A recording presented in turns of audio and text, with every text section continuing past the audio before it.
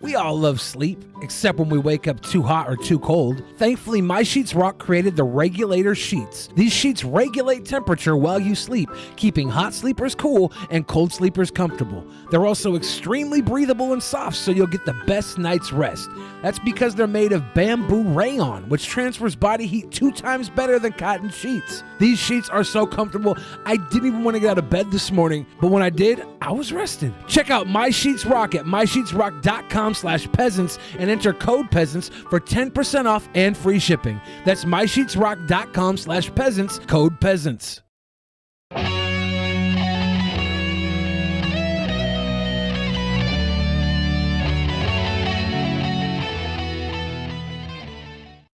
In the beginning, there was nothing. And then there was the Drunken Peasants Podcast. I gotta get a witness. No! Say, man, you got a joint? No, not on me, man. I don't have facts to back this up. It'd be a lot cooler if you did. That's true. Sometimes I cry. Oh! Lick my butthole, he laughed. From the strangest corners of the internet, here to bring you opinions of the world from an altered perspective. Here are your hosts, the Drunken Peasants. Hello, everybody. Welcome to the Drunken Peasants Podcast, episode 750. We are back again for another Saturday bonus show. I'm talking as much as I can while the transition delays. There we are. Yeah. And we are joined by Tommy C. and our patron, Eduardo Garcia. Welcome, guys. Hey, thanks for having me. Yeah, thanks for coming back. You know, I think it's been almost 40 episodes since you've been on, Tommy. What do you have? About 6 months, I guess, right? Yeah. We've been counting. Yeah, about that. We've been counting down. You've been counting down. I'm glad I made it back on the legendary Drunken Peasants Podcast. Yeah. Wow. 750, episode 750. Yeah, how do we live up to that?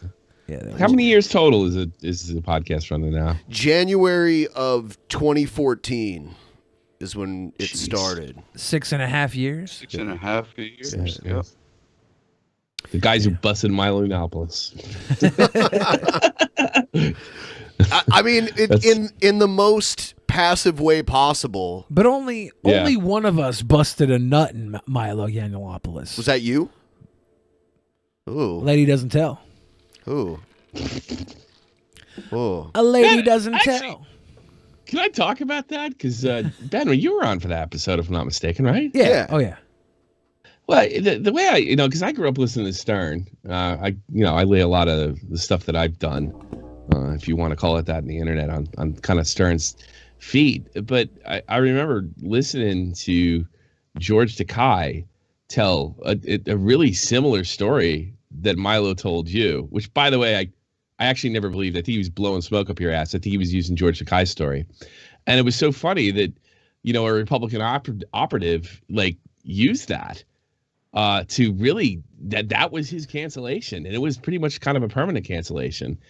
And it was just so bizarre how it got twisted, I thought. I'm certainly not agreeing with anybody who's saying, but it was just like he was the victim in that situation, not the victimizer. I was concerned. I was concerned because I grew up Catholic. I went to Catholic schools, kindergarten through 12th grade, and a lot of crazy stuff happened just within the diocese that I grew up in. So when I hear someone who says he's a victim, normalizing it and almost condoning it, I was very concerned about that, honestly. You felt like he was condoning it, or you thought? He said, I never thought. He said, "I have to admit, I would not give nearly as good of head if I hadn't had Father what's his name." But you did.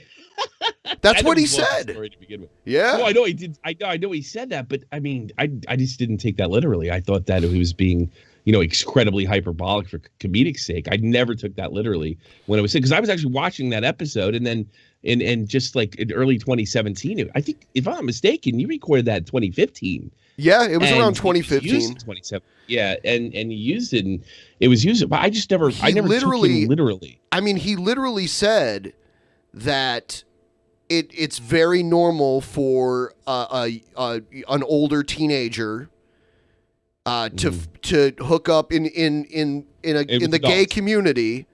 Yeah. To hook up with an older man. He said that's like a normal thing. Yeah. Now, I know it was in ancient Rome.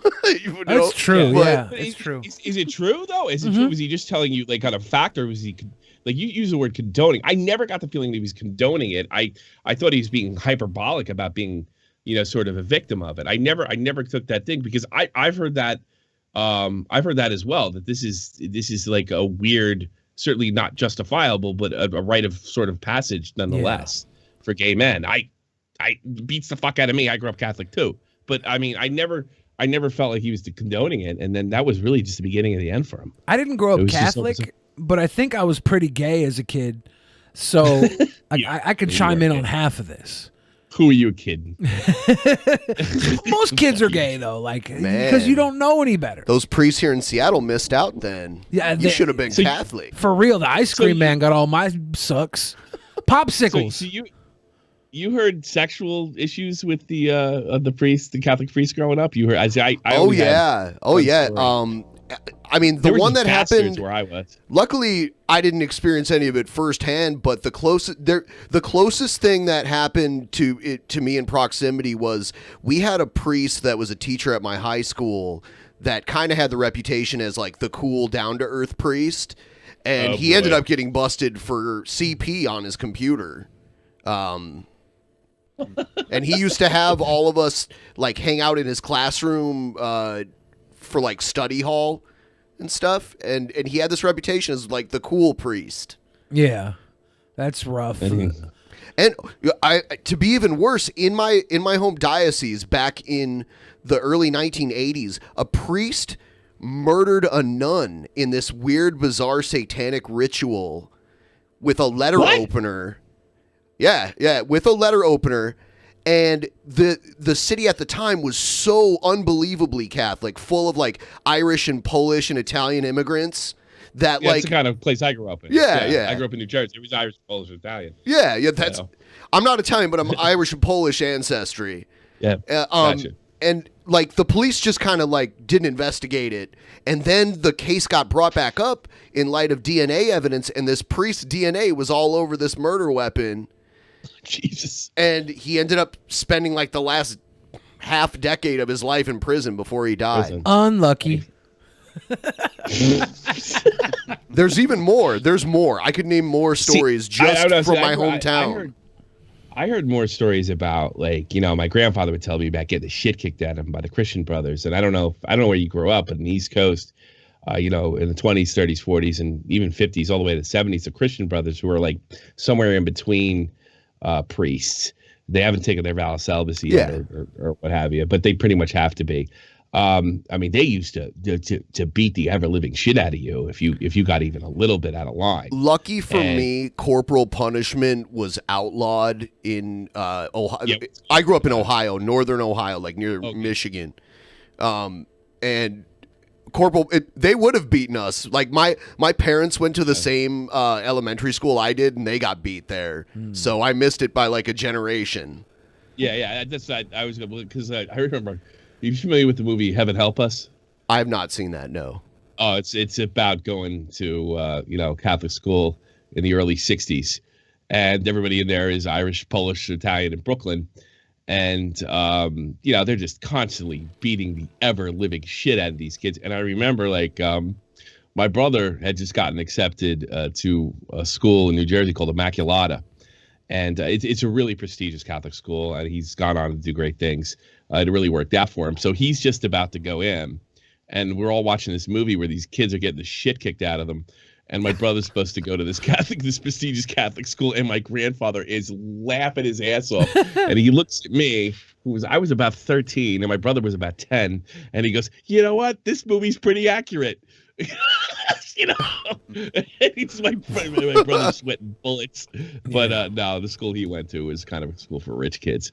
That he managed to weasel his way in through really good academic scores, you know, unlike his brother. This here's an example. This film was made in my hometown in Toledo, Ohio. It was actually nominated for an Academy Award for Best Documentary.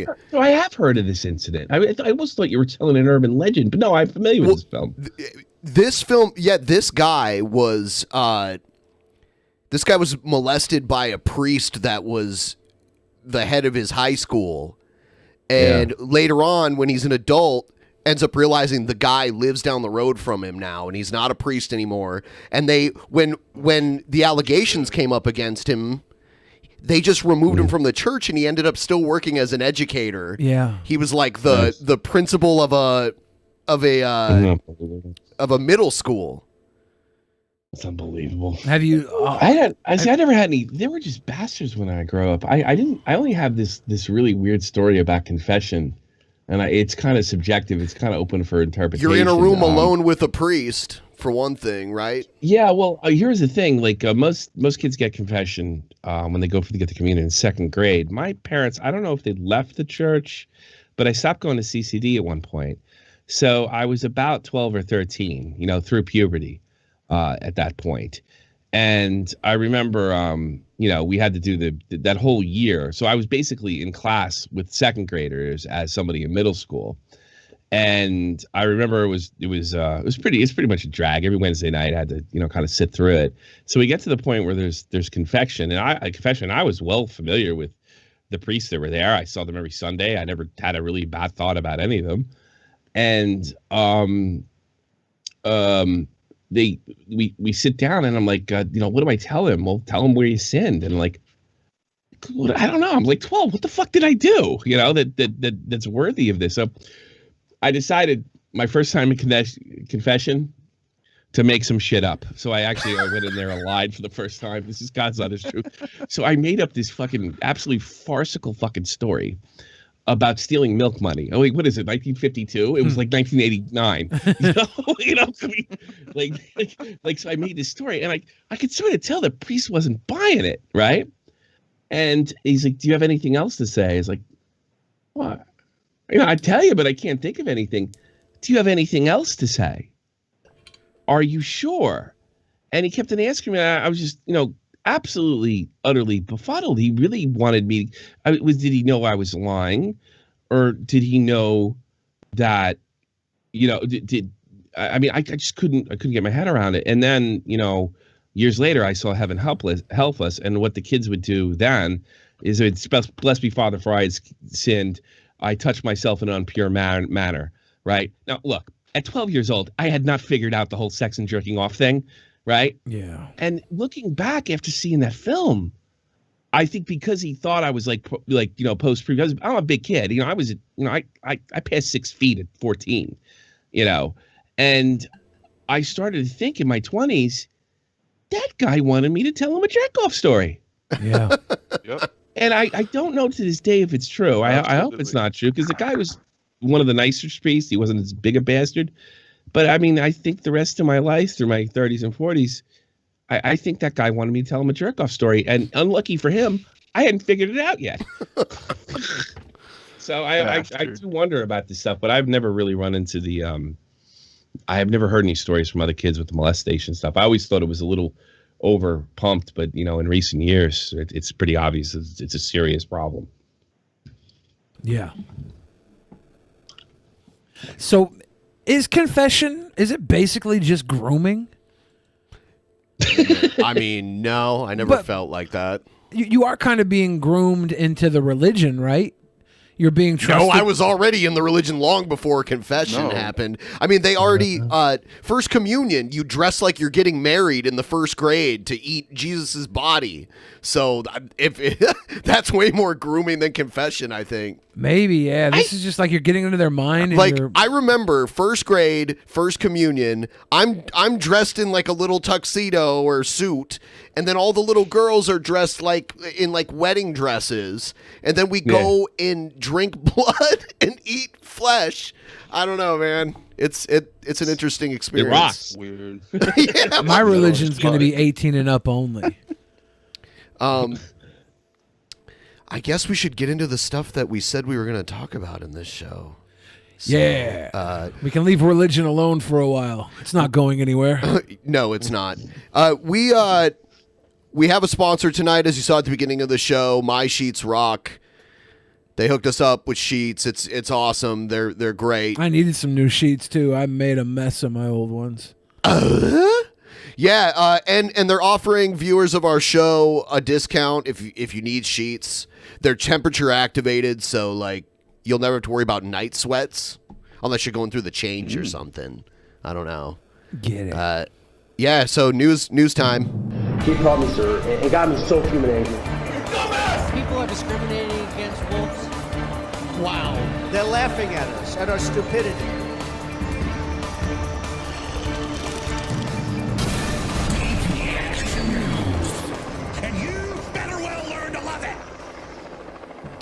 So Billy told me about this one first thing today, and I think it's already been debunked, right? I mean, there's actually a Snopes article on it too. the Snopes might be in on everything. Oh, whatever.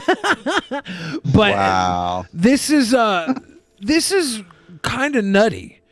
It says Wayfair shoots down conspiracy theory about child sex trafficking and expensive cabinets.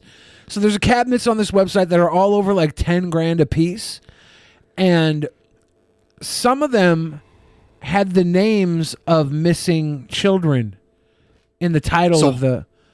How much Wayfair stock does Snopes own exactly? Well, Snopes doesn't have to have Wayfair stock I know. as much as the people who control Snopes now are the ones using Wayfair for all their purchasing needs. I don't understand why somebody who's into child trafficking would have to go through a website to get their children, but it's far too complicated to make sense.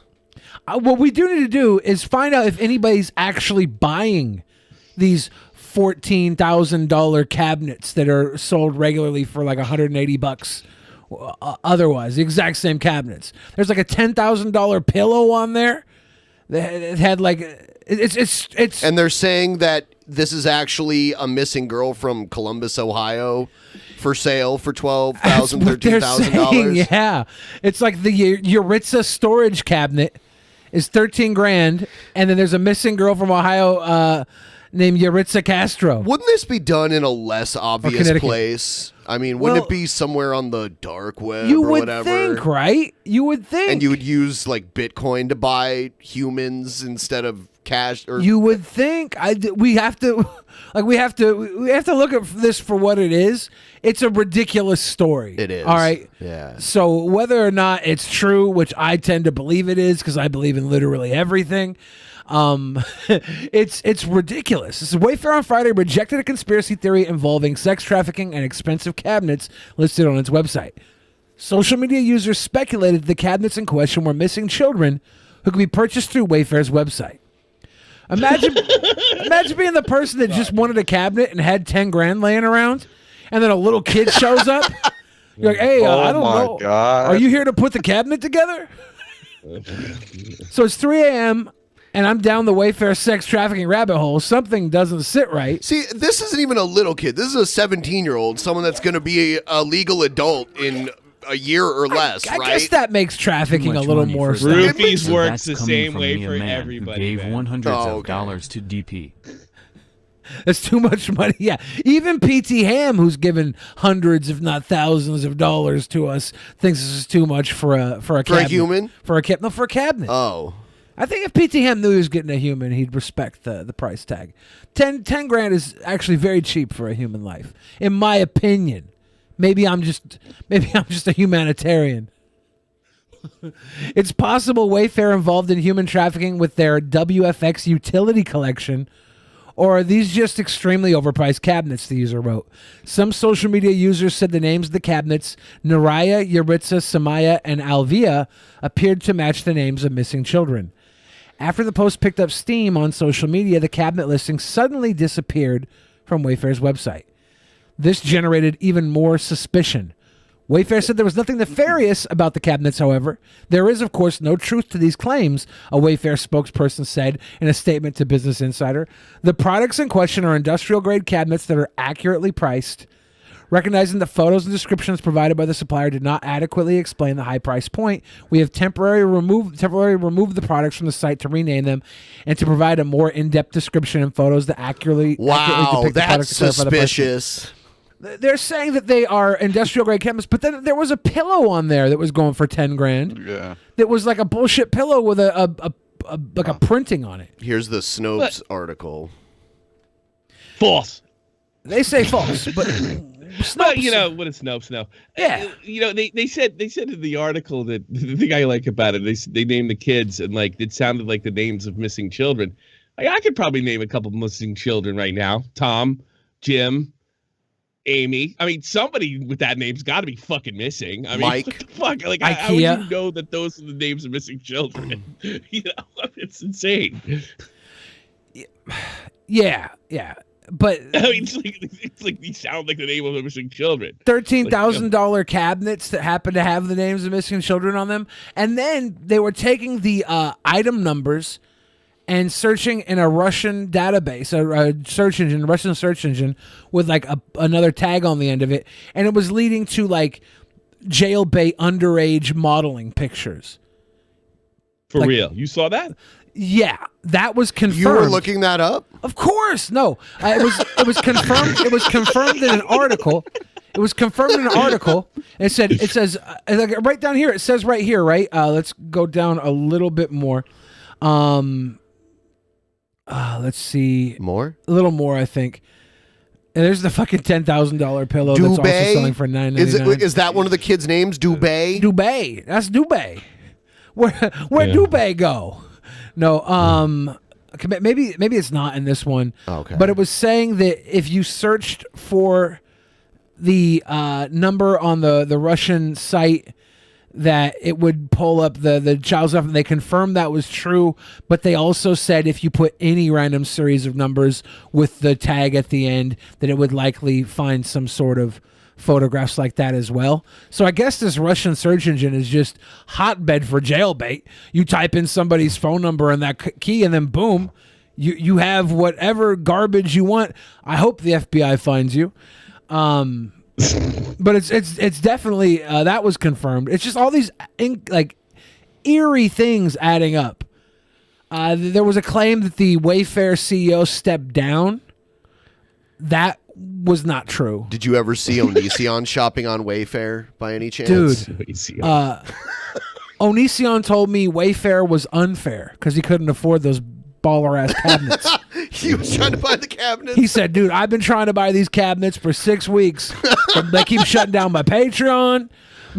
My victims keep escaping. I'm like, I'm sorry, Onision. I can't cover for you for so long. I have to go to the media with this Wayfair truth. Yeah. It's amazing. I figured that's how it happened.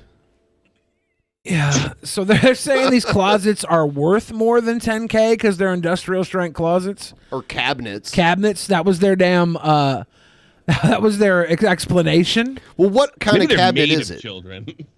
Yeah. Yeah, they're actually made of children themselves. There was one review. They are the cabinet. There was one review I read, and it was like. That's so fucked up. Oh. They are the cabinet. Let me see if I can find the review that I was reading. How many children goes into one cabinet? Or is it just 5? 5? All right. I don't know. About $10,000, according to you. You know.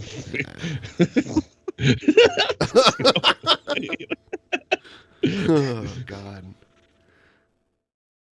What? I'm looking for the review. I think I saw. So Waif. The explanation of waif is a homeless, neglected, or abandoned person, especially a child. And fair is the money a passenger on a public transportation has to pay a fare. So Wayfair literally translates to child fare, paying for children. This is like some this is how people do numerology and make it make sense. That's true. That's true. That's true. But Do you know, if you look at my pack of cigarettes correctly, you can see the Ku Klux Klan. Yeah. Here's the K. Yeah, he's holding Here's it. the K. Yeah. The K. Yeah. Are Marlboros everywhere in Germany? Yeah, definitely. Interesting. It's interesting that you'd live there so long and still end up with American brand cigarettes, you know? Yeah. You know, it's funny thing is they taste different from country to country over here. Yeah. American Marlboro is a lot smoother than a German Marlboro. I don't smoke anymore. weird. I don't smoke anymore, but the like the first 2 times I went to Europe, I did. So I smoked all kinds of cigarettes there, and It's different. It's different. You got to get used to the new flavor. It's weird like that. And then I don't know. See, the funny thing, I've been away from. I don't know what the fuck Wayfair is. I've been away from the States. This is a company, I guess. It's like a shopping website. Yeah, a lot of furniture purchases and stuff. I would get ads for it all the time through Facebook, and I'd see a couple things every now and then I'd want to get. Like one was a child's cabinet for like they had some cool looking furniture and stuff. Yeah. But yeah, I guess I never heard of Wayfair. I hear what's the other one I hear all the time? Coachella. There's a restaurant. Coachella is the concert for it's a region in Southern California. That's not it. I don't know, some restaurant I always hear that wasn't around when I left. It's been almost 20 years. Chipotle? 15 years. No. Is it Chipotle? That's it right there. Chipotle is trash. It's so good. I got Chipotle in my stomach right now. It's generic garbage. In 3 days, I'm here 15 years. I just noticed the clock now. Yeah, so I know people. That guy must be really stupid, but I really don't know. Honestly, they opened up a Walmart like the week I left. Went down. So I don't know anything. I've only been shopping at Walmart once. Wayfair has a Billy carpet for $959. Don't buy it. Don't buy it. I can't afford that. There's like, I read this. Somebody found a review for one of these expensive ass pillows. I sent it in the Discord to you, Ben, if you want to pull it up or not. But it says they are full of fairy magic and unicorn rainbows. I ordered 20 of these pillows for a battle royal between myself and my other Olympian friends. Little did I know that Zeus would have taken some of them and used them to make the wings of Pegasus. When that first divine pillow was swung through the air of Olympus, all the little manfolk and woodland beasts below heard the sound of smooth rolling thunder billowing throughout the land, like ecstasy smacking one in the face it was. We took one and ground it into a fine powder at Hephaestus Mill and mixed it with some strong drink, accidentally creating what is now known to man as ambrosia, the nectar of the gods. I guess we will sell the rest of these pillows for an inconceivable price and watch as all the world whimpers in despair for their great mortal poverty. Well, It's some weird. It's some troll shit. It's some weird fanfic, my dude.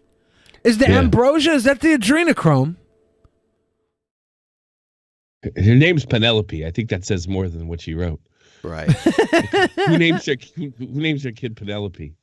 Well, I mean, I can't believe I fucking knocked up this bitch. I hate this kid. Let's name her Penelope. What the fuck? That's the only way you can name Penelope. And by the way, isn't that the name of something you can buy at Wayfair? Oh my God! I'll get the Penelope closet. Oof. Yeah, Penelope. This is just such like this writing here. It's so cryptic and weird. It doesn't mean anything, but the speculation around it's twisted. This is sick. I don't know. It reminds me of that old meme when the guy said he was coming from the future and he was looking for like people. Justin Wang did a video on it. This guy, he's like, listen, I've come from the future and I'm looking for people. like to help me go fight a war in the future or some shit. The guy put in the paper, it was spread all over the internet. I can't remember the name of the stupid thing. It's funny as hell. Well, that's what it sounds like. It's just a really weird thing. Yeah. You guys like Justin Wang? Yeah. Oh yeah. We've had him on a few times. Yeah. Oh yeah. I wish I was an internet historian like Justin Wang and Wavy Webster. I wish I could. I'm old now. I can't recall. But there was this guy. He said he was from the future, and it just spread all over the internet. And he was looking for, I don't know, volunteers or soldiers or something. I recall that as well. I think I tried to sign up, and he told me no. So I was like, fuck him. But yeah, Justin and Wavy go back into some great stories. They're fantastic. I was lucky enough. I've been busting their balls to do because it's 20. I think it's the 20th anniversary this year. The 21st is the All Your Base meme, and neither of those two fucks will do it. Wow.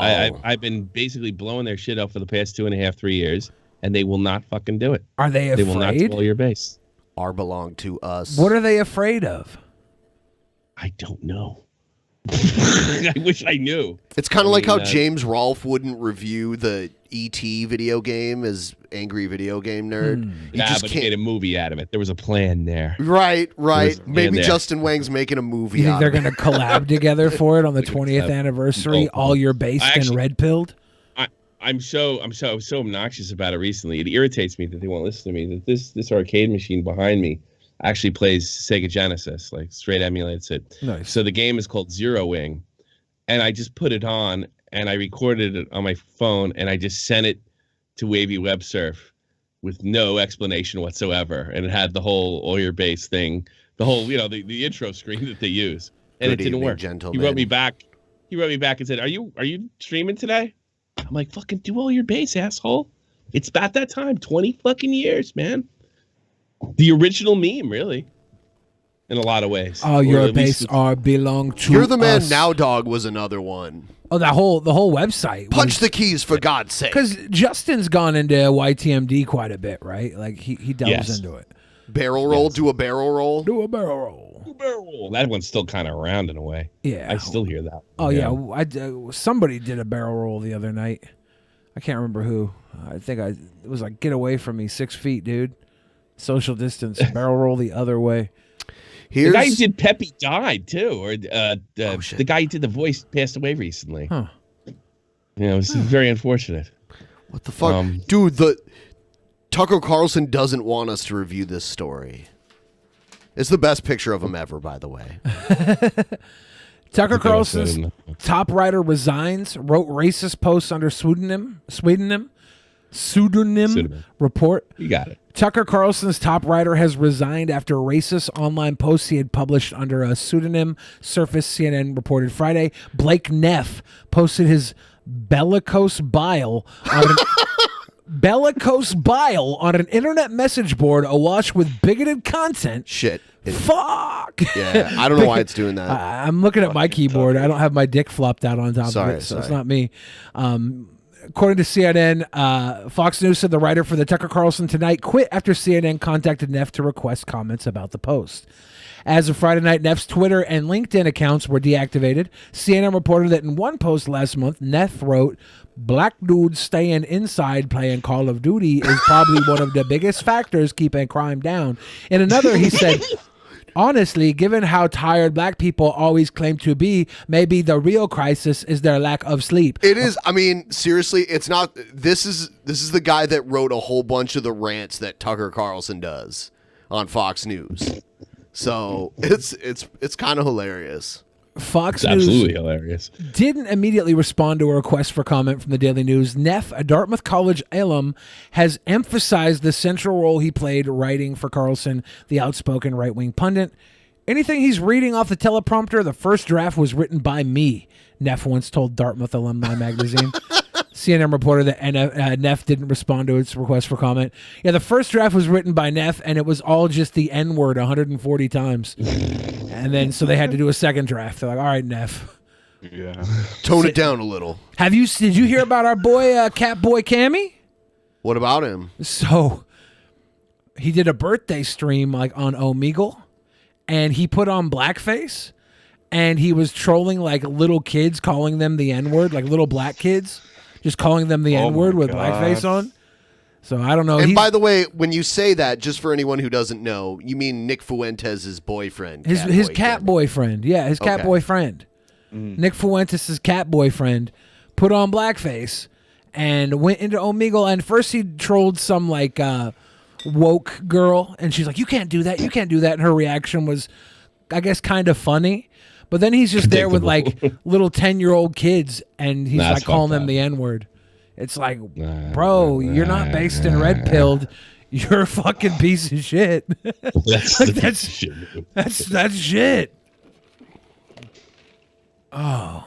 Anyways, I thought I'd add that in here since we're talking about racism. What are kids doing on those sites anyway? Well, I guess they're getting desensitized to men in blackface calling them the N-word. It's like the funny thing about this guy though is he wears like, you know, women's clothing and pretends to fillet horse dildos. Big old horse dildos. Yeah.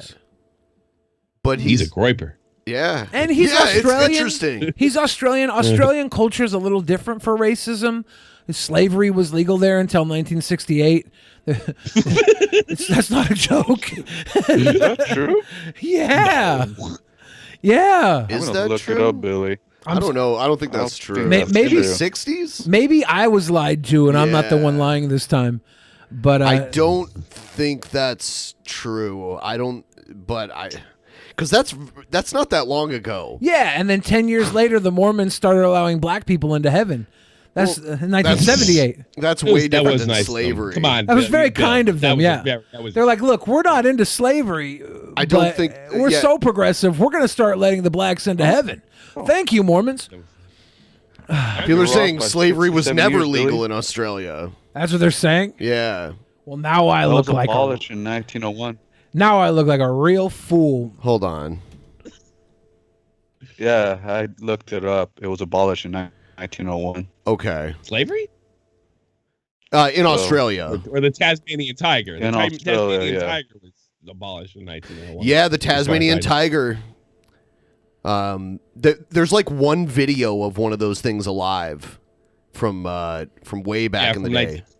I'm actually really studied up. It's from 19. Yeah, I read a lot about that too. I was fascinated by it.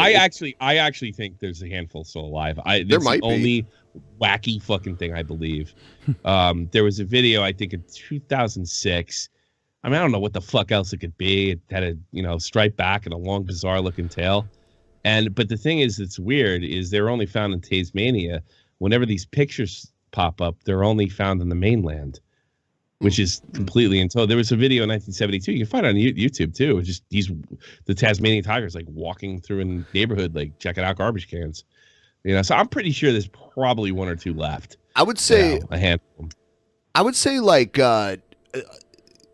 one of the biggest issues as far as racism goes in Australia is Aboriginal relations. Yeah, I think the 1968 I was getting was there was a 1967 act to allow the Aboriginals rights as humans. Right. So that was what I must have. Yeah, that's off the Australians. That was a really good move. Yeah. I think that was very, props very to you. Did you see TikTok is trying to get away from China? Are they? Yeah. They're like, help us, save us. Changes are TikTok planning to make, and will they be enough, do you think, to assure the Trump administration? Right. The company said it's evaluating corporate changes without specifying, but we reported citing a person familiar with the matter. The potential options could include Could you be calling from a worse phone? Well, he is in China. This is probably a secure line. He's in Hong Kong. It's like it's more westernized than any other part of Asia. First outside China and be installing a new managed board like for TikTok. So right now, like TikTok has a US-based CEO, Kevin Mayer, and it has a lot of like local stuff. So, did you ever suspect that maybe China was data mining every device that has TikTok on it? Of course, that's what they said. It's not suspect. That's literally what they're doing. Okay. There's so much talk right now about that. They were able to the phone app. They were able to copy your keystrokes you make. They can literally copy the keystrokes you make. So if you're doing keystrokes to type in a password or something, they have access to those keystrokes. They can copy your clipboard. It's all in the app when you sign those terms of services. It's ridiculous. And of course China's using that. They take over every tech company they can that they have their hands on. And the government has access to all of that. Because unlike America, China doesn't give a fuck when it comes to taking your data. America pretends they do. Like, oh, no, we ain't doing shit, man. No, it's all good. China's like, no, we're doing it. And fuck off. You'll like it. I have a 12-year-old girl. I'm going to have to tell her to remove TikTok from her. The phone I bought her for Christmas. You tell a 12-year-old girl not to use TikTok, there's going to be trouble. You think I should record this and upload it and monetize it for my own profit? And I mean, literally, she's going to be devastated. Sorry. They're spying. Hit her with some articles and stuff and teach her why. Teach her exactly why. I'm thinking she doesn't give a fuck about national security, but I'm thinking she wants to do the TikTok shit. But you just gotta tell her they're literally spying on her and taking all of her privacy away. She's not allowed to upload, but she's allowed to make the videos. Well, she's watching, and if she's signing into her accounts, that they're getting all that, have access to all that data. And who knows what China will do with it? We know in America, all they'll do with it is sell it and profit off of it, and maybe use it to find us when we make a boo-boo or an oopsie, and maybe track us down, hunt us with our GPS location, and put us in internment camps. That's all America will do with it. But China, they could do a lot worse. They could block us from looking at Winnie the Pooh memes. To serious regulator concerns about the national security and how it handles user data. It will be I can't listen to this guy talking. I can't. His words don't even register in my head. The phone's so bad. Yeah. Oh, they snuck a little Pooh Bear in there. All right. I can't stop looking at his name, Zeeping Hung. Do I have that right? That's got to be it. Yeah. Zeeping Hung. That guy's so Zeeping Hung. Now, if the cabinet was named Zeeping Hung, I would have thought, yeah, maybe this is a missing kid, because who the fuck's named Zeeping Hung? That would have been, I definitely like, I'm not paying $10,000 for Zeeping Hung. I mean, there's probably a ton of people in China all with that name because there's so many people there. It's just insane. There actually is a cabinet company called Zeeping Hung too, and we don't know it because there's so many people there. Yeah. 150 Minneapolis police officers seeking disability for PTSD following riots. I want to see like exactly what they're complaining about. Like, is it from watching the other cops beat the shit out of people? How many actual cop injuries were there compared to civilian injuries? Like, I want to know all the details here. Give them all the money in the world. Give everybody all the money in the fucking world. I don't care about money. I want to know the gritty details. They're defunding the police by 50% in Seattle. It is 50? Yeah, 50. Wow. You know what they're doing here, right? You know what they're doing here? They're trying to get out by saying they have PTSD. Yeah. So this is the way out. They have PTSD. They can't perform the job, and that means they'll get a payout. Yeah.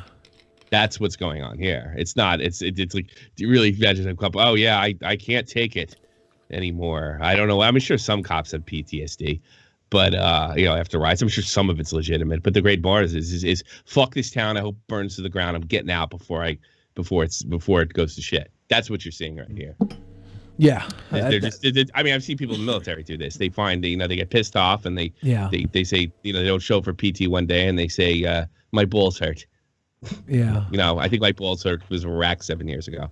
Yeah. That's what they're doing. So they're just trying to get a payout. That makes sense. That makes sense.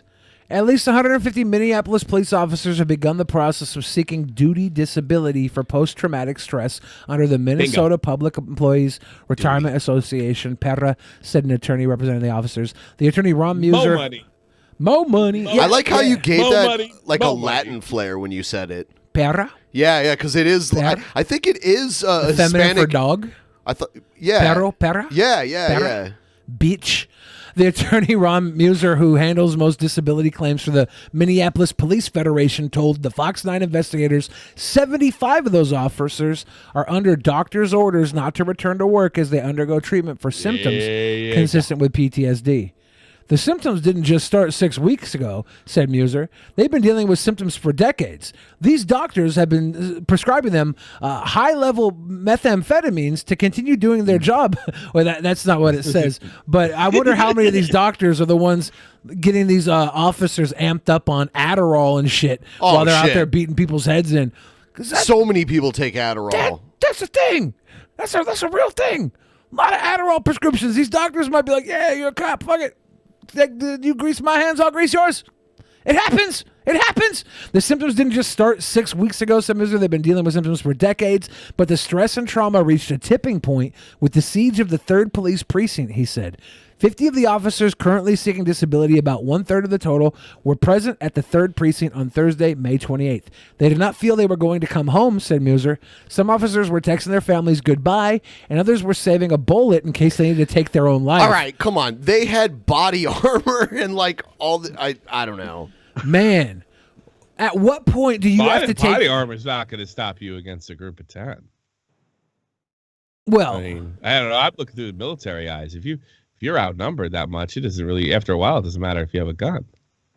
But do you think bearing down on you and burning where you worked, and they're like, you're gonna run out of, maybe you could kill. Well, you got 23 rounds. Hey, maybe you could fucking shoot, disable, if you're lucky, anywhere up to 10 to 11.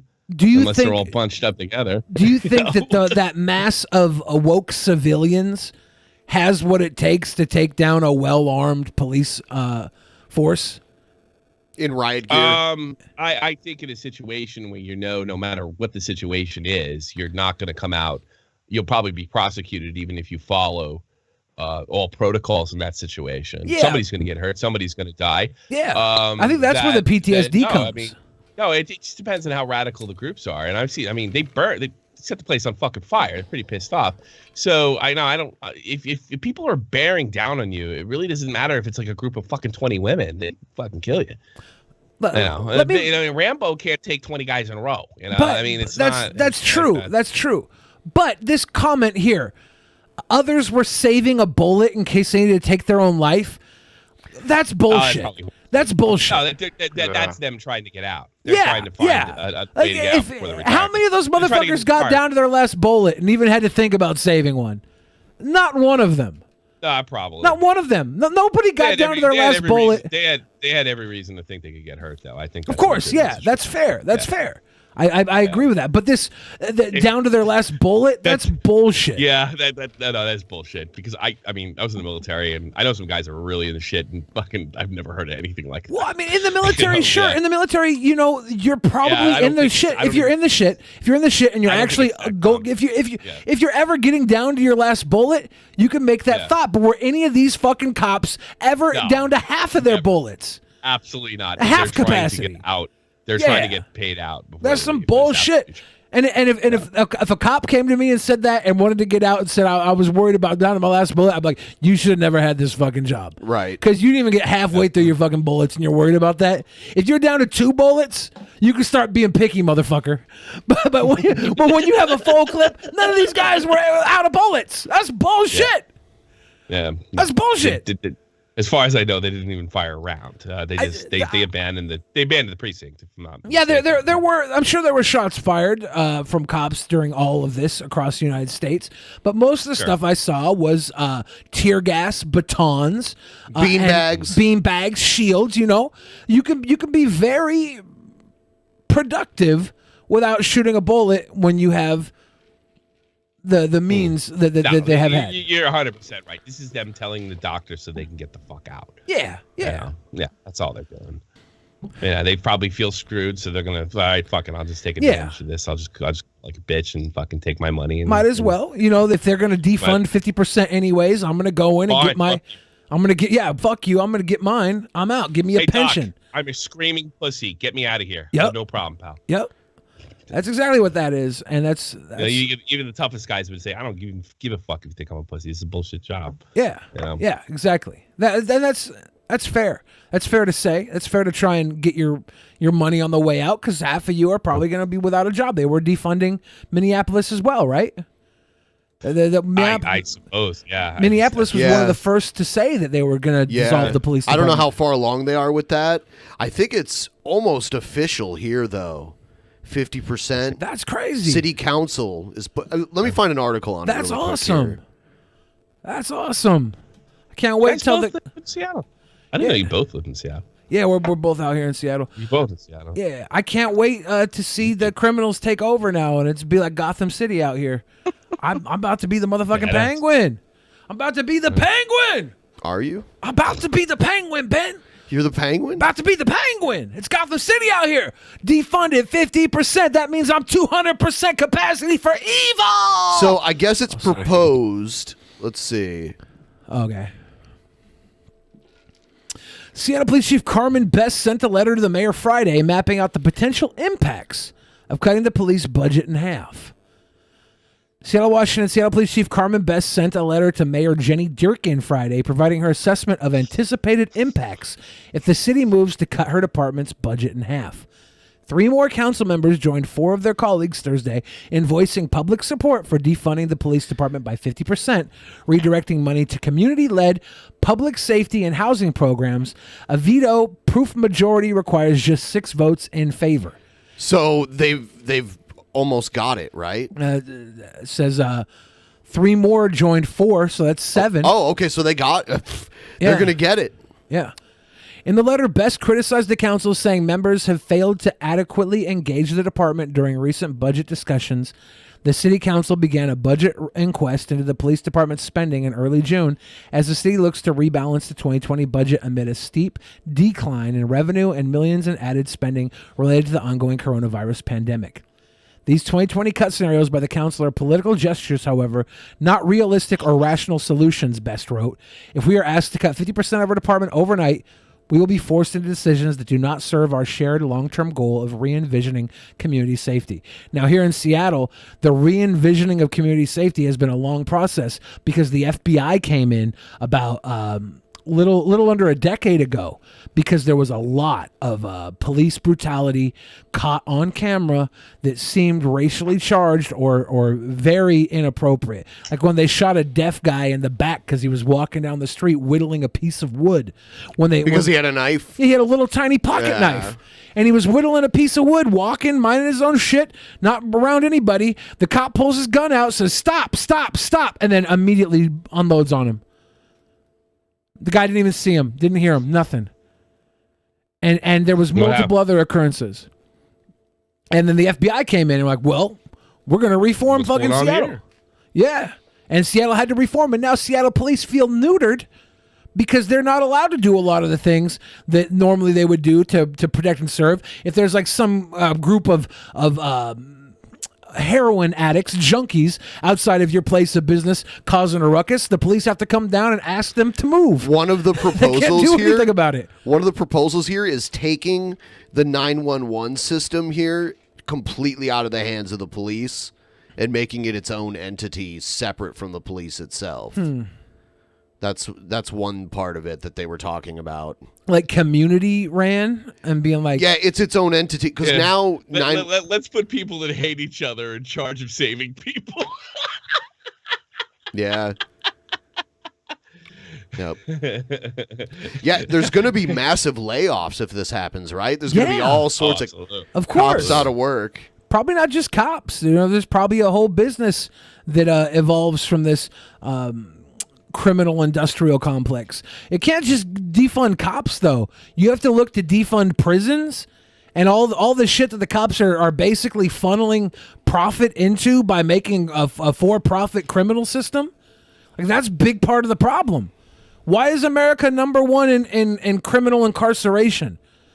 Do we just make more criminals? Or do we have more criminals? No, because it's profitable. We make criminals because it's profitable. It's the last form of legal slavery in America. That's what it is. It's a huge business. So many people profit off of it. You look at these judges who are getting paid to put kids into private detention centers. They're making money off putting little ass kids behind bars into private. Like one judge made over $1 million in kickbacks from throwing kids in for like bullshit charges, like getting caught with cigarettes. I saw a special on that about 10 years ago. That is That is worse than criminal. Yeah, but you don't think it's called? I look at the States from afar now. You don't think there's any cultural aspect to it whatsoever? I mean, Europeans are different than we are. They're not as excitable. They don't get upset. Like, I mean, you guys grew up in Seattle. I grew up in New Jersey. If somebody does something, there's like a bar that I don't think Europeans have. And you also, we're a country that, what do you grow up on? Fucking cowboy outlaw movies, gangster movies, stuff like that. Our heroes are the outlaws, the anti-hero. The American is an anti-hero. I mean, Europe was at war almost endlessly for most of its history. Yeah, but the criminality is never. But they don't have criminality like we do. Yeah, I mean, some of Hitler's war propaganda was the American. They would show like the American with the Tommy gun. That was a symbol of the gangster. Yeah. They don't have, even during that time. They don't have criminality like they do in the States. Because the States much more ingrained in our culture. The States than it is. Yeah, the States has criminality because it's in the criminal business. They make money off of criminals. This is long before. I'm talking. Going back to the turn of the century. I mean, we've always had more crime. You don't think there's any aspect of it? The turn of the century, when they abolished slavery, to be more rebellious towards the state. When they abolished slavery, they said when they abolished slavery, they said except in the counts of. Yeah, but when they abolished slavery, they said except in the counts of prison system, right? Slavery was still allowed within prison. And then so they just switched over from the plantation. I'm not a fan of some kind of for-profit fucking jailing system. I don't think there was private prisons in the 20s and 30s. And, the 30s probably has the highest crime rate in our history. Well, I mean, the point is, hold on. Something in there our was culture. there was a huge economic downturn in the 30s for sure. And then there was organized crime that was created on the back of Prohibition in the 20s before that. So, I mean, of course, crime was up. I don't know if that's cultural or if that's an economic turmoil. No, I'm asking the question. I don't know. It's a question. Well, we had it in the 70s too, and we had the economic turmoil. New York was a complete shithole. It was extremely dangerous. But is there something about the American experience that is different than some of the other Western countries, like Australia, and like all that not necessarily creates criminality, but lays the groundwork for some kind of rebellious behavior? I'm telling you right now, I've lived here 15 years. We're more rebellious by nature. It doesn't matter like what the color of your skin is. Americans tend to be just more rebellious in general.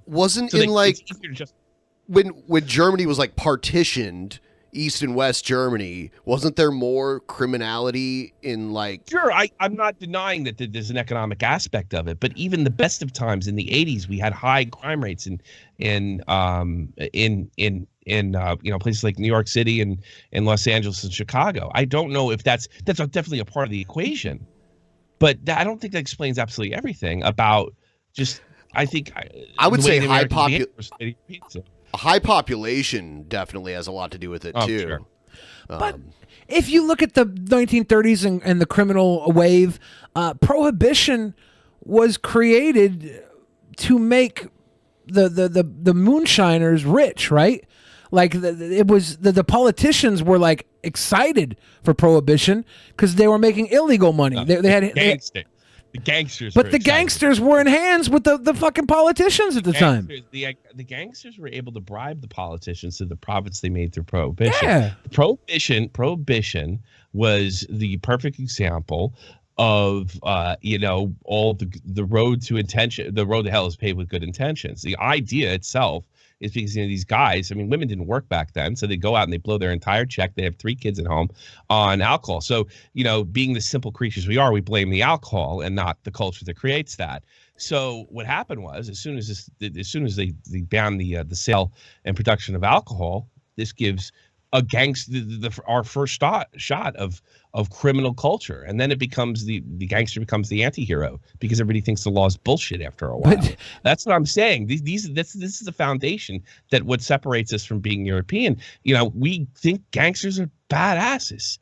They don't necessarily look at things like that. As I do wonder, because you look at economic upturns like in the Reagan administration, crime was off the fucking was completely insane. Oh yeah, and the CIA was flying in cocaine from South America. I don't know what that's got to do with it, but I mean, they want crime. They want crime. They They want crime. They do. It's civil unrest. It's divide and conquer. I mean, yeah, the thing that Billy's talking about is that the CIA was bringing in coke so that it could be made into crack in the poor neighborhoods where the crack epidemic was happening. So therefore, they could criminalize more urban youth, and start a war on drugs. I am not a the war on drugs started under Nixon, 1972. Yeah, when you said there was criminal. Yeah, he made Elvis a DEA agent. Yeah. He was stoned when he went to the White House, though. Yeah, that's the funniest thing ever. To like, well, Shaq has been like a sheriff in like every town he's played basketball in too. But there's a story about Elvis. I guess the badge that he got from Nixon was totally legit, and someone tried to rob him. Someone tried to rob Elvis, and they were on a plane about to take off, and Elvis literally pulled the plane over. He drove down the runway with the badge hanging out and pulled the plane over before it could take off. That's crazy. Fucking Elvis. Yeah, that's crazy. Don't fuck with Elvis. He didn't see himself as a junkie though. You know, Elvis would have never died if he didn't kill himself. He'd live forever. Never. He would have lived forever. He would. He'd be the first person to live forever. Only like Hitler. Only Elvis could kill Elvis. I think he died a week before I was born. Really? The king. Yeah, I think he died. Damn. I could check that out. R.I.P. Yeah. He's a real one. He was a bad.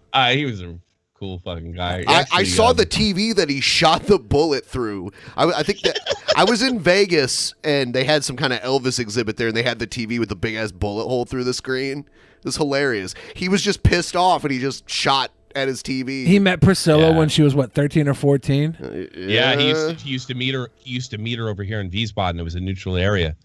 When he was in the military. The original Onision, Elvis Presley. Well, Jerry Lee Lewis did that too. I know. Who was out around the same time. So many people. He married his I don't think 14-year-old cousin. She's like 15, but still, he was like 23. Maybe she was 15. Yeah, I don't know.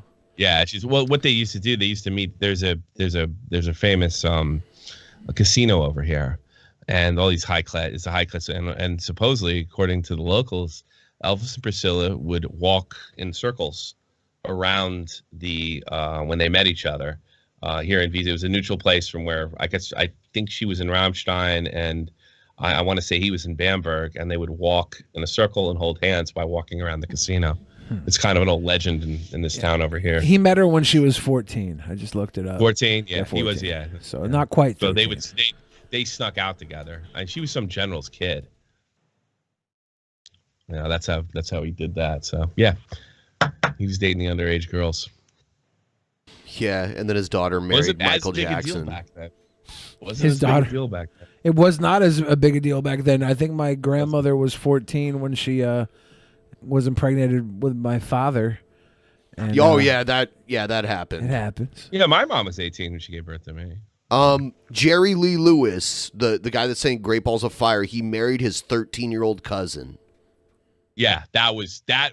Now that I think that was the puberty line. Was the thing he got in a lot of trouble for that one, if I'm not mistaken. No criminal charges though. I mean, his career was over though. His career was pretty much wasn't. He was on his way to be Elvis. And by the way, I think that put the kibosh on it. By the way, he's still alive, which is kind of mind blowing. He's fucking a wild man. If you ever heard, you know what? I saw him live. At like awesome, right? They used to throw these like free concerts downtown in the summer where I grew up, and they'd get like normally older acts to come, and Jerry Lee Lewis came. Dude's a madman on the piano. It's crazy. Dude, he is pure rock and roll, man. That guy. Yeah. I mean, I know he did what he did, but I mean, he was a hell of an entertainer. Yeah, he was really like, I mean, before smashing your guitar, he set his piano on fire and played it. That's badass. Yeah. That's fucking rock. That's fucking Hail Satan rock and roll shit going on there. That's badass. Yep. Yeah. So, Jerry Lee Groomer.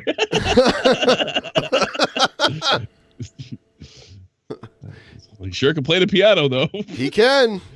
Only Onision could do that. Right. He'd be way more likable. If absolutely. If I'm a Banana was a rock opera, People might like him. Oof. Right now is probably the time we should mention that this is our Saturday bonus show, and the reason we do a show on Saturday is because we met the goal for the previous week. Right now is the time to make it rain so we can meet the goal before the end of today's show. Please. So I will read off some of the donos we got so far to keep us up to date. PT Hammer gave us a big one. Said that it's way too much money for a cabinet. I agree. Now, if there's a kid inside of it, it's way too cheap for Or a if it's human made life. out of multiple kids. I hope it's not made out of children's bones. What if you flip the kid and then you pay off the cabinet with the money you got off the kid? That seems like a plan. Well, see, that's still trafficking, and that's not good. You say a life is like 10 grand. I bet I could get 50 grand out of a kid. You know, there's some couples out there that really want a child, and some of them have money. You know. Oh no. How much is like a hit job? Hit somebody? How much Well, was they how say much did 10K is about the number on like the dark web. What was Joe Exotic trying to pay? Wasn't it like something stupid like I think he said 5K and then gave the guy like $2 grand or $3 grand. Oh my god. Shortchanged the hitman. That's but then like if they tell the story, the other guy told him to pay the guy off $3 grand for something else, is what he claimed. So Joe Exotic might have been set up. I don't know. Maybe. I think I get that. I think they're all trash, so who knows? He was entrapped a little bit. I don't know. Who knows? Maybe. Mike Phone 123 said that's why R. Kelly. That's why R. Kelly, when he went to the cabinet, he went to the closet, not the cabinet. He went to the closet. Lord of Nurgle said, please like the stream and tell Ghost the Cat that he's a good boy. Ghost the Cat. You're a good boy. You're a good boy. Stuttering Chris said, I wonder how many cops will learn to code. And Fix Soul gave us a 666 Monday. Thank you guys very much for all the donos so far. And we will get back to the regularly scheduled programming. Yes. And like the stream, by the way, if you're enjoying the stream, give us a like and all that fun shit. We are going to watch this video that I saw earlier that I was it kind of blew me away. I think it's more of the typical bullshit you'd expect, but I have to play the antagonism intro.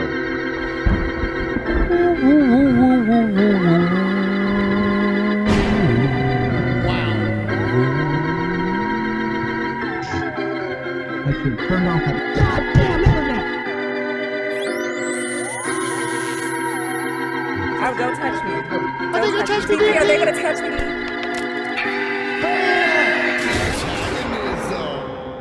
Flaming bigotry. Do you know when Milo got ousted? Milo? Yeah, Milo Yiannopoulos. He got ousted. Fuck you! Someone put a jump. Spec put a jump scare in that for you. So, you know when Milo Yiannopoulos got ousted from the alt-right? Yeah, when Amigo Snuffleupagus got ousted from the alt-right. Do you think that his payments just got transferred to Dave Rubin? Maybe. They were like, we need a little less Twinkie gay. But still like a token gay. Yeah, we need a token gay, but someone who probably, doesn't make us feel creepy when we sit next to him. I knew it was all over. Funny. I knew it was all over for Milo Yiannopoulos when he was selling his throne on eBay. Was he really? Yeah, he sold his damn throne on eBay. I wanted to buy it too. I was like, I need a good throne. Didn't have the money at the time. Ben, you liked him, didn't you? I mean, I always got the feeling that you got along quite well with him, and sure, he was funny. I didn't have a problem with him. Yeah. Did you have a problem with him? I don't think anybody really did. No, everything came out like years later after he I fell wasn't apart, glad that his life was ruined. Yeah. No, I remember TJ like speaking out on that. Yeah. Like, who am I to tell a victim how he was, whether he's a victim or not? Right. Yeah. But they were after him. They weren't after you guys. Right. I mean, I know you guys took a little bit. He was supposed to speak at CPAC, and they really didn't want that to happen. The more homophobic wing of the right didn't want him there. Mm-hmm. So yeah, they didn't. That's why that happened. Yeah, it was an ex-CIA operative that was he was working in the public sector, and he's the one that watched the show and got that exposed. I don't know. I really And it just seemed like a weird thing. Like, like gays always have to, one of the bigotries that are kind of laid against them is like, oh, they're all a bunch of kid touchers. And it was, I really don't think that Milo's a dangerous children.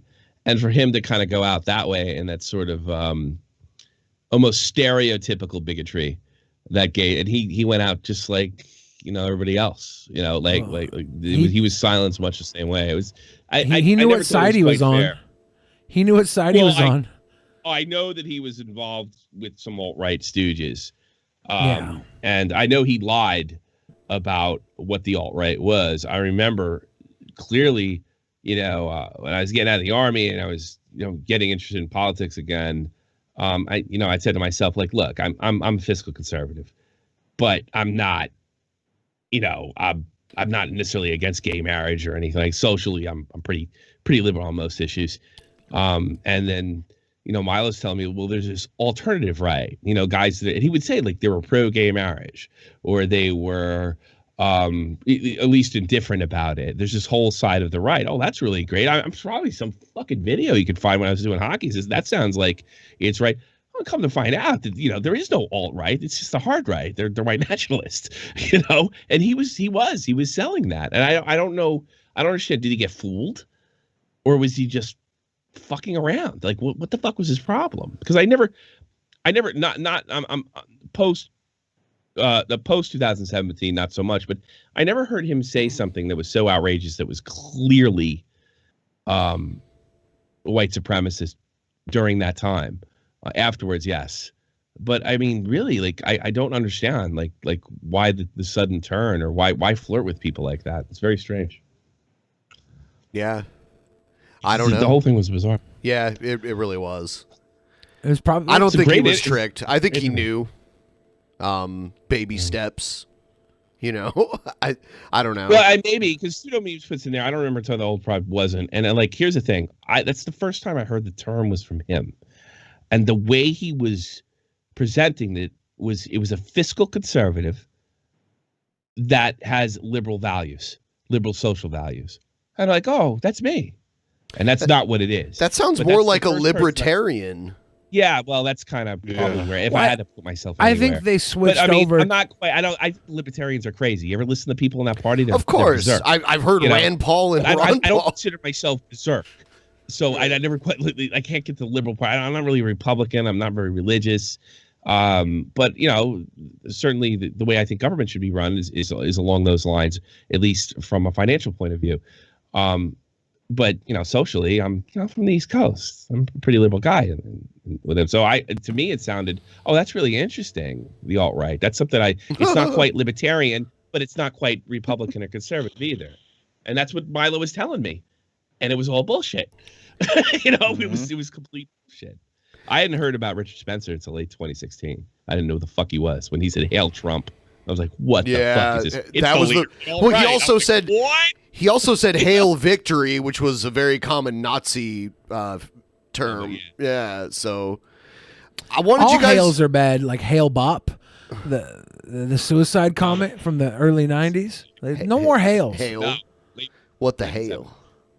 Hail Bop. I wanted you guys to see this video. I guess it came out last month, but someone just now sent it to me. It's a Susan Wojcicki video. In the last few months, we've experienced enormous tragedy and loss. People around the world have felt the devastating impact of the COVID-19 pandemic. And over the past few weeks, we've grieved together as the Black community has endured more senseless acts of racial terror and violence.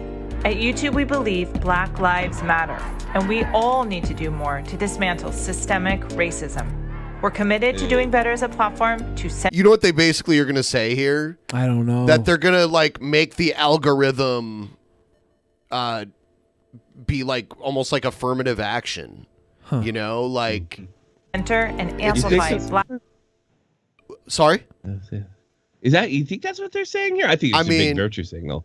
Black voices and perspectives. We're committed to doing better as a platform to center and amplify Black voices. That's what they said. Maybe they're just going to add them to spotlights and trending pages. Maybe it's not going to be an algorithm change, but more of a push, as you would maybe donate to a campaign to promote, like a promotion of black channels. I need a black co-host. I think that's Users, artists, and creators can share their stories and be protected from hateful, white supremacist, and bullying. This is another.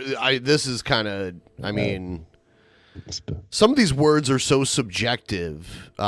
Deliberately, like bullying and hateful are very subjective. I don't mind if they change the website to like completely get rid of all the filters that try to spell the N-word out in different ways. Well, the white supremacist diet, like that's pretty cut and dry in a lot of situations. Yeah. But hateful and bullying are not always,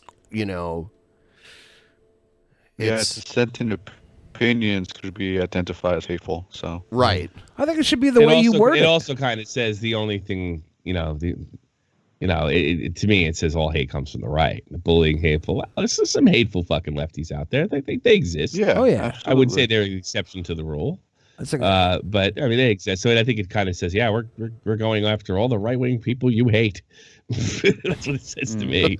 But who knows? Content. We know there is much more work for all of us to do. No, I don't. I'm fine. Months ago, when the COVID-19 crisis first started, we realized that we had an important role to play in connecting people with trusted information about the virus.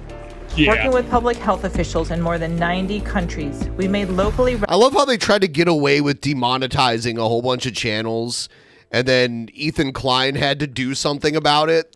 I can't believe they actually changed anything and didn't just pretend like they didn't know what happened, because they do that shit all the time. It just goes to show you how powerful Ethan Klein is with YouTube.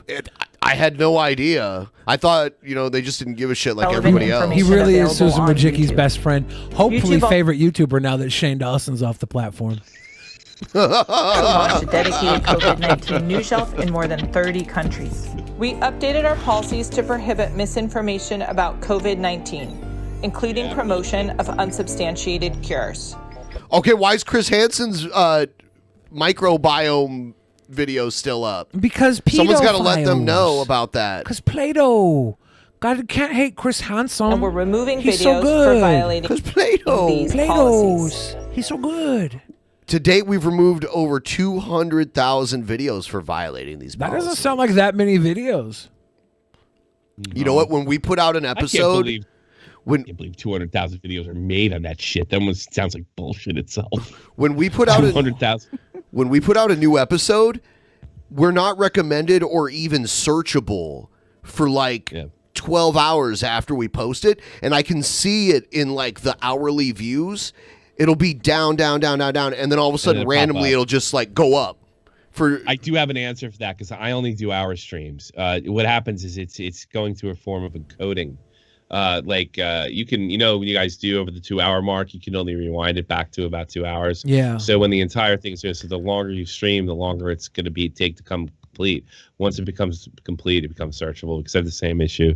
We were told by YouTube on Twitter twice that all videos that are flagged as potentially violating the TOS are not searchable until they get manually reviewed by a person. Probably part of that too. And all streams are regarded that way. And because of COVID, there's not enough people to watch them for 12 hours after your video comes out. Should we try and do a stream just under 2 hours next Tuesday and see if it does anything for us?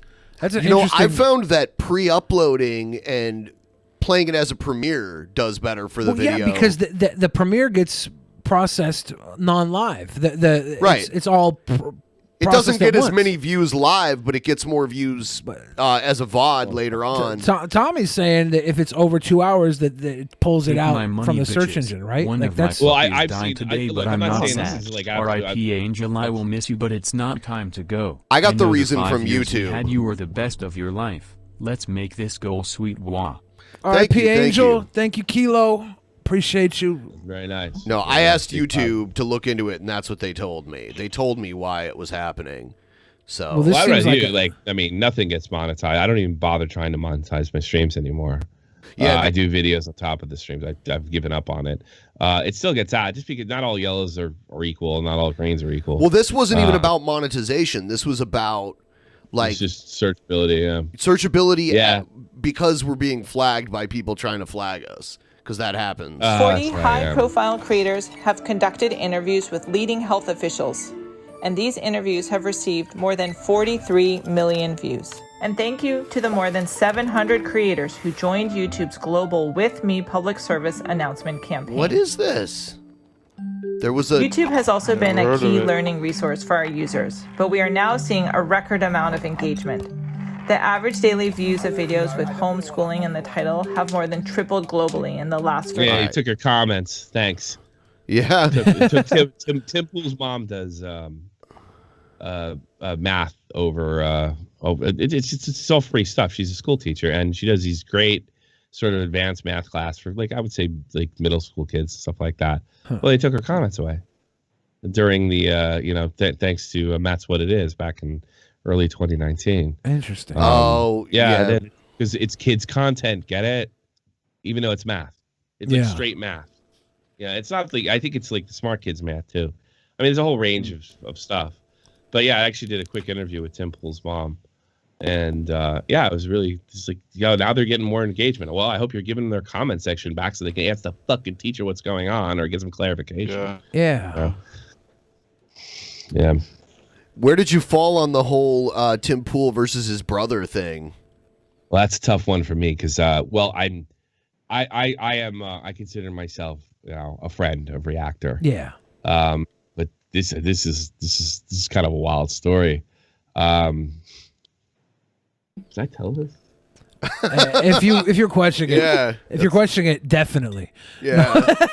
No, I can't actually go into the answers, but okay. Whenever you want to say underage children, just say cabinet, and then stop.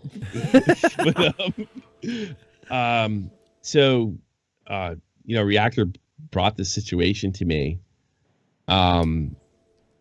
Yeah, I'll tell a fucking story. Fuck it. Reactor brought the situation to me, and he said, you've heard his side of the story. I'm not going to go into it. I'm trying to be as neutral as possible. Yeah. And I said to him, look, you came to the right guy. I'm the drama expert. All right. I was like, look, I'm not telling you your story is not good, but your brother's big celeb. And I don't think this allegation is going to resonate like you think it's going to resonate. It could be like his downfall. He might have to help you out or pay out or whatever, and it could actually kind of fall back on you. So I want you to really think about dragging your personal life and your family and the public, because at the end of the day, I gave him that whole lecture like, you guys are blood, dude. Fuck all that money shit. Is if there's any way you can keep this from happening, keep this happening. I think that was around January. And Reactor decided, he's a man. He decided to do what he had to do. And then, Quartering picked the story up. And I thought he was really unfair with it. And then I was going to interview Reactor. And I think anybody that watched that interview would say I was fair. I was really stern with the guy. I asked him all the hard questions. I wasn't. It was not an easy interview by any stretch. Maybe, it sucked to do it with somebody I cared about, but I mean, it was that. So here's where I fall on it. All right. I think that, and I talked to Tim for like an hour, so to get to his side of the whole story, and here's what I think happened. I think he did start this company and he's entitled to a certain amount of money. And I believe that Tim, took the name, registered under a different name in California to cut him out. But I'm not sure that I don't think it's a very nice thing to do to your brother, but I don't know how committed. Look, I'm going to screw my brother too if I think they're going to lose me money. And because I got to pay my bills and I got kids to raise. Now, I know Tim's not like that, but I mean, I'm sure he's got responsibilities and bills too. So I think there was a lack of faith in Tim's part on how viable he would have been as an employee. So he screwed him. That's what I think. But I do think, and also to be a little hard on Reactor, I don't think Reactor probably was very professional in his company. in his presence. So I don't want to say he asked for it, but it's just like this. When I know this from just like, I've worked regular jobs before, and I grew up in kind of a middle class area. If people will screw you if they think you're a weak link, they'll make up stories about you. And when I had this job when I was a security guard, I was like 20. I was terrible at it. I didn't give a fuck, right? And I had somebody set me up. This is something I would never do. I mean, I know it doesn't sound like, because my whole Tommy C reputation. I went to order a sandwich, and I said, "You guys have any turkey?" And he said, "No, only ham." Ah, damn it! All right, man, give me a ham sandwich. Thanks, man. Well, I'd been pissing a lot of people off, and I guess somebody must have approached that guy, and they made up a whole story how I humiliated him, and they had 4 witnesses that I was screaming and yelling at him, and it was fucked up, and I was really mad about it. But when I got some perspective in my 30s, no, they screwed me because I was a bad employee. I was lazy and I didn't give a fuck. And I think, at least, I'm not saying that he was lazy. I'm not saying he didn't give a fuck, but I do think that's the way Tim saw it. And I think Tim thought that was the best move for the company. That's a rough move on your brother. But I think there was probably a lot of blame to go around on both ends. And I'm not just saying that to be neutral. Yeah. I really believe that.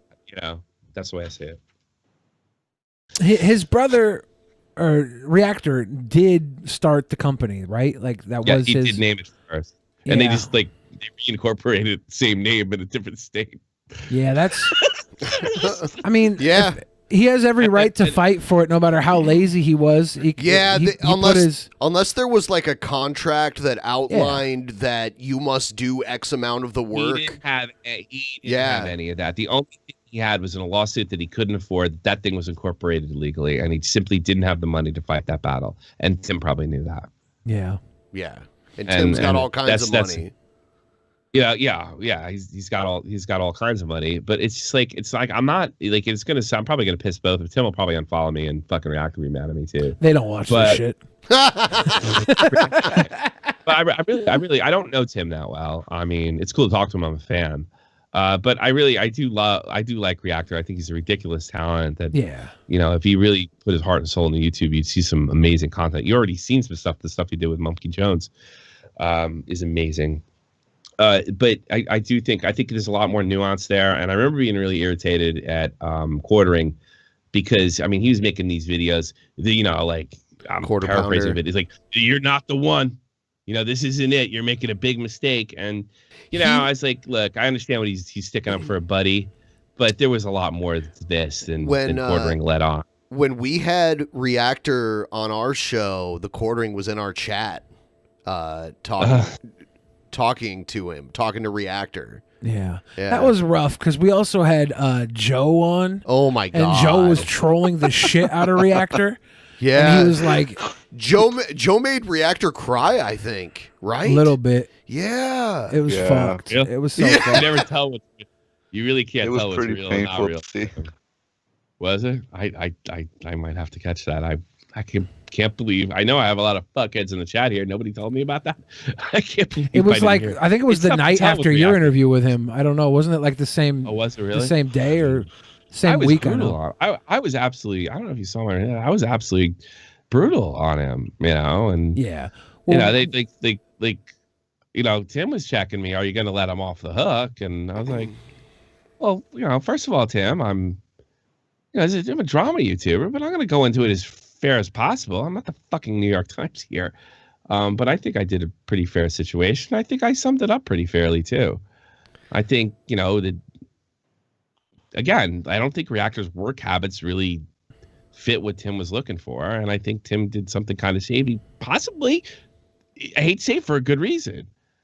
I don't know if, I don't know. I mean, this thing gets a lot more ugly than this. I mean, there's a lot of stuff that thankfully that the Reactor decided not to bring up because it wouldn't have done him much good. But I remember just thinking Quartering I heard about this in January. I told him not to do it. And then the virus broke out and I said, look, could you hold off on doing this? Because your brother, I think, is doing important work because he's actually putting information out there that's balanced. And he agreed. He actually came to me and said, yeah, I'm going to hold off on exposing him because I think, Tim's doing important work.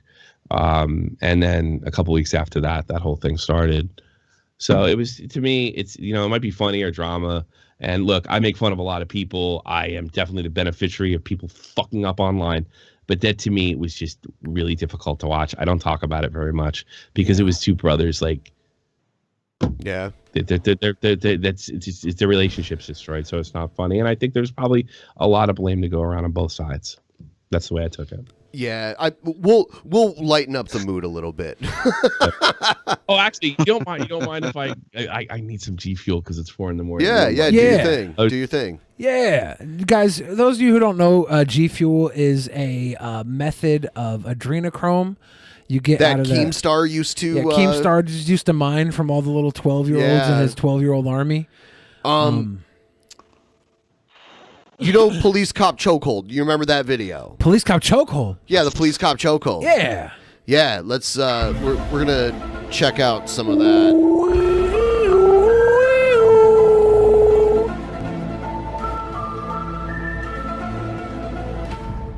Police Cop Chokehold. So, Police Cop Chokehold is now a trilogy. What? Police Cop Chokehold is now a trilogy. What? So if here's a refresher for all of you who didn't see the first Police Cop Chokehold. Here it is. I know, good. I'm gonna do my video, the Police Cop Chokehold 3. Oh no! This is 3. This is 3. Hold on. This is 3. This is 1. I know me. I'm gonna do my video, the Police Chokehold. Police Chokehold. Cakes. You got cakes, Wody. See, look, y'all. So I'm doing the Police Chokehold. So I got him in the chokehold. What does he have him in? See, look, y'all got him in the Police Chokehold. What type of police chokehold? So I got him in the Police Chokehold. Look at this. I'm looking at it. Okay, so we watched most of this one. I'm sure the second one is way different than this one. Of course. All right. Do we have a second? This is the second one. Yep. I know, good. I knew everyone would do my video, part 122nd. Is Police Cop Chokehold 2. Oh, the sequel. Electric Boogaloo. Yeah. Look at them cakes. Police Cop Chokehold, the Chokening. Oh, yeah. So I got him in the Yeah, chokehold. you got him.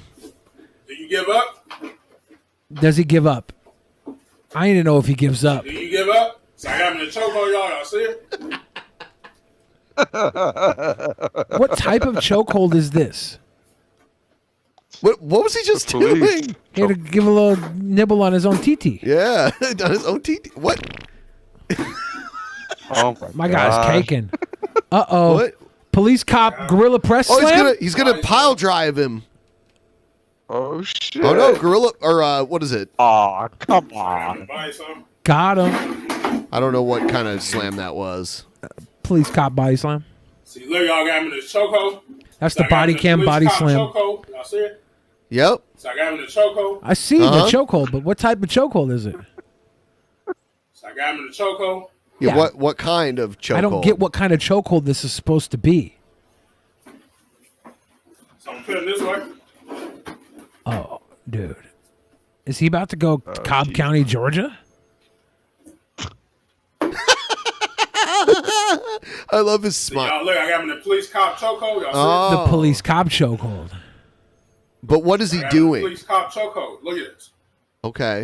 You got to look at it. So I got him in the Police Chokehold. Y'all see it? Yeah, I see it. I see it.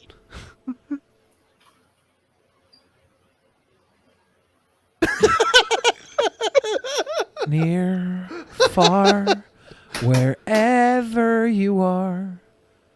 Oh my So I got him in the chokehold. Y'all see it? I see got him it. in the Police Cop Chokehold. Oh, the Police Cop I'm doing my Chokehold. video, the Police Cop Chokehold 2. Okay, I didn't know it was the Police Cop Chokehold 2. Chokehold 2. Okay. The sequel. Chokehold Steve Austin right here. Part 2. Y'all see it? Electric Y'all, you give Boogaloo. up? Do you, man? You give up? Do you give up? So I got him in the chokehold, the Police Cop Chokehold. Does Do he you give up? Does he give up? Can you just spoil it for me? You know how much I love Do you give up? spoilers. I love it when he blew kisses. Oh. Do you give up? I don't give up. You have to take it to the limit of the Police Cop Oh Chokehold. my gosh. Do you give up? I got him in the Police Cop Chokehold. Do you give up? I don't give up. No. Michelangelo's never going to say die.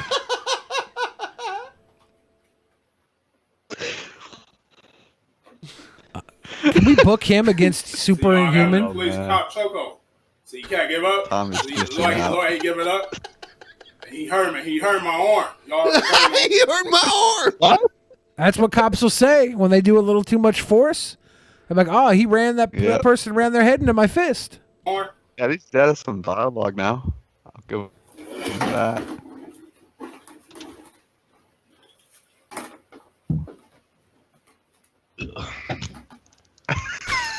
Is that how you do it? That's how you do the police cop chokehold, Tommy. Yeah.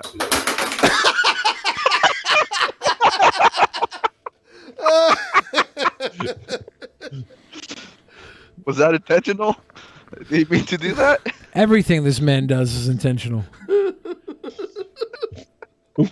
I really walked away at the wrong time, didn't I? Well, I'll tell you what. You might be in luck. This guy, this is a trilogy. So this is the second part video 2. Yeah. in the trilogy, and we still have to watch the third.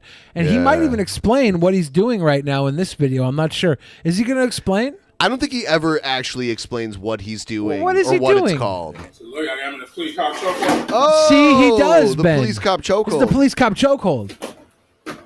Make your arm fall off. Yeah, when you're an expert at the police cop chokehold, their arms just pop right off.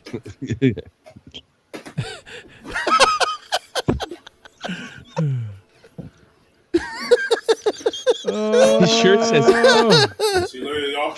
Cookies. Yeah, cookies. what else? What else would it say, man? Sorry. You cussing?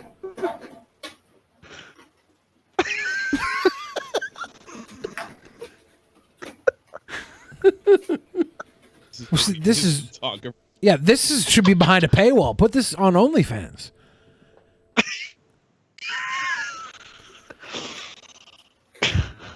This guy should train Tonka Saw for his next fight.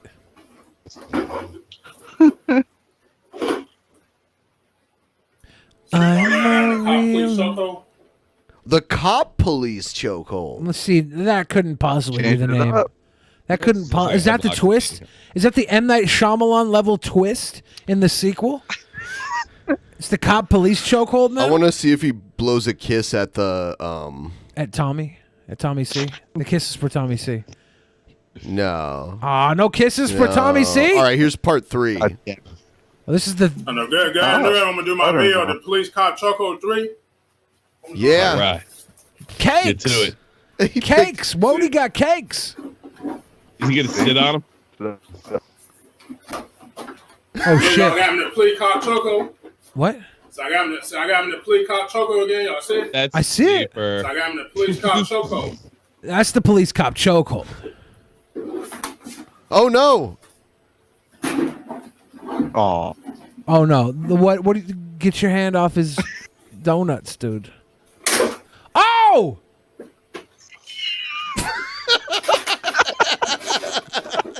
This is police brutality.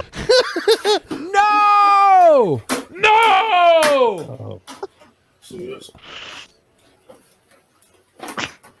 You know, I thought it might be his kids, but as the video goes on, I think that fucking turtle's his. Oh yeah, I can see into the room behind him. It looks like there's a bunch of toys They're all on his. the floor. Yeah, He's got 9 calendars on his wall.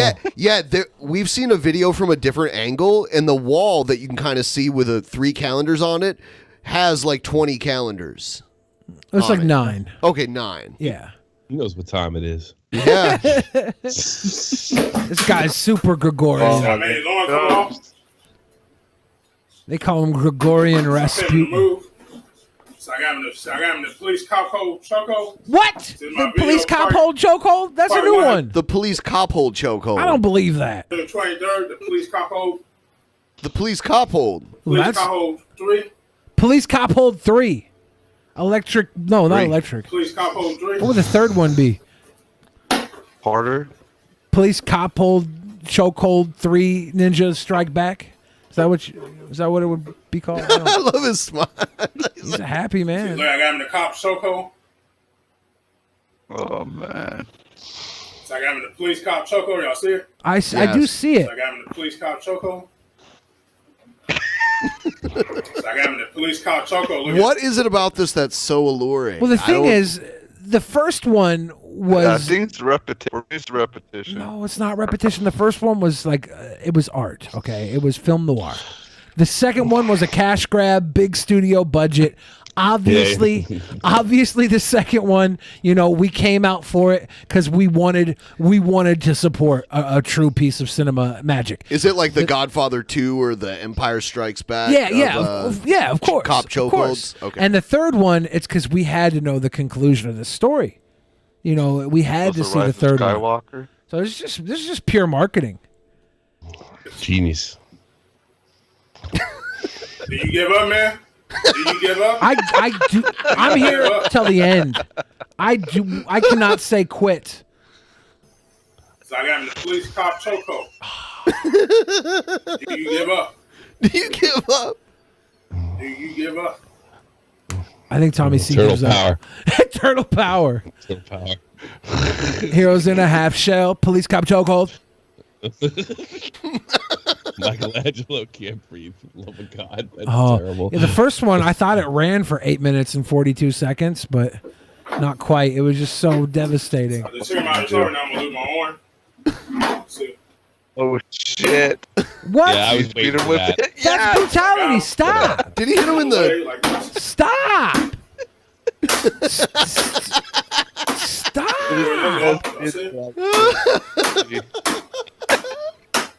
Okay, this is just too much. If some cop ripped off some minority's arm and started beating him with it, I think we'd in for another set of riots. Ninja Turtles are minorities, aren't they? There's not too many mutant turtles running around. There's not. They're green people. They need to be a protected class. They're amphibian Americans, okay? Yeah, but they know kung fu, so they're already kind of protected. Is it kung fu? It's ninjutsu. Ninjutsu, yeah. Oh shit! Yeah, what the fuck? Yeah, you're showing. How did I not know? You're showing your cultural insensitivity here, Tommy C. You can't just leave America for 15 years and expect your racism to wash away. Wow. You have to wear that badge of racism. You're an American, all of us. I should have bought the Teenage Mutant Ninja Turtle arcade one up. I know, right? I could have atoned. Yeah, where is it? That would have been the first one I bought, I think. Nah, sick. I'm an 80s kid, so I got all True. 80s shit. That's 90s for me. That's like when I was a teenager. Yeah. So it was, that's true. Doesn't have the... Well, I hate beat 'em ups. They're fucking quarter stealers. Do those take quarters? Yeah. What? Do the machines take quarters? I think the beat 'em ups were kind of made not to be beaten, rather than you just get it over, unless you know some kind of like way around I used to play beat 'em ups on consoles and had fun, like the Double Dragon games. I used to play those all the time. Yeah, but I guess something bothers me that it was intended to steal money. Streets of Rage 4 just came out. Have you seen that? Yeah, actually I do. I love it. Yeah, I do enjoy it. But I never liked beat 'em ups as a concept. Like, it kind of took away from the high score, or you just like beat 'em ups like you fed enough quarters into it till you beat it, And whereas I think it's a lot more impressive to get like a crazy high score. I'll tell you what time that session. One thing that did piss me off was the X-Men beat 'em up game where if you used your superpower, you lost life from it. Yeah, it's like. That's very counterproductive. Why would you ever use it? To keep them quarters coming in? Yeah. Easy answer. The Jay and Silent Bob got a beat 'em up coming out, a side scroller beat 'em up for Nintendo Switch. I loved the Simpsons beat 'em up. That was pretty awesome. Yeah. I do. I beat that with my daughter recently because I have it behind me. Do I got you? one of the wrong. Yeah. Well, no, not this. Yeah, that I have this like in this machine right here. Yeah, I got 20,000 games, man. Oh yeah, so you have like a computer in there, or what? Jaguar, Sega CD, just about every arcade game ever made that are known about or was able to dump the ROM. So you just have a bunch of emulators loaded on it. Oh, I have something called a Raspberry Pi. Yeah. Computer. And what I did is it's a 250 gig image. Cop power. And so the image, like, there's only it's not a. You basically, I pretty much everything up till about 2000. I can play Marvel vs. Capcom 2 on that sucker. on both the Naomi Japanese version and the Dreamcast. So yeah, it's good. It runs just about anything. So I'm very proud of it, and my fans are going to make fun of me because this is all I talk about in my spare time in my stupid arcades. Yeah, I saw one day on Twitter you posted some picture of some random kid, and it looked like it was from the 80s, and he was next to a arcade machine, and people were like, "Is that you?" Yeah, I know. I know. The guy, although I will say in fairness, the guy's probably around my age. He's probably in his early 40s now. Yeah, but I'm not a car. I don't like cars. I'm too fat to pick up broads. But I love my arcades. So how do you do Galaga? Do you play Galaga? Yeah, I got Galaga on there. Yeah. I've gone on some epic Galaga runs sometimes when I stream on Twitch. No kidding. Yeah, I'll watch. I didn't know you stream Galaga. I would love to see you stream. Yeah. Yeah. How long can you play? Like I'm not that good at it. I don't think nothing like world class or anything, but better than average. Better than average. Yeah. So you can stream you probably could play it fucking like 45 minutes to an hour. Oh yeah, sometimes if okay, that's really good. That's like better than like 90% of the people that play it. Like Donkey Kong, most people just get to the second board in Donkey Kong. That's like 98% of the players. Really? Anything below that, like 1%, yeah.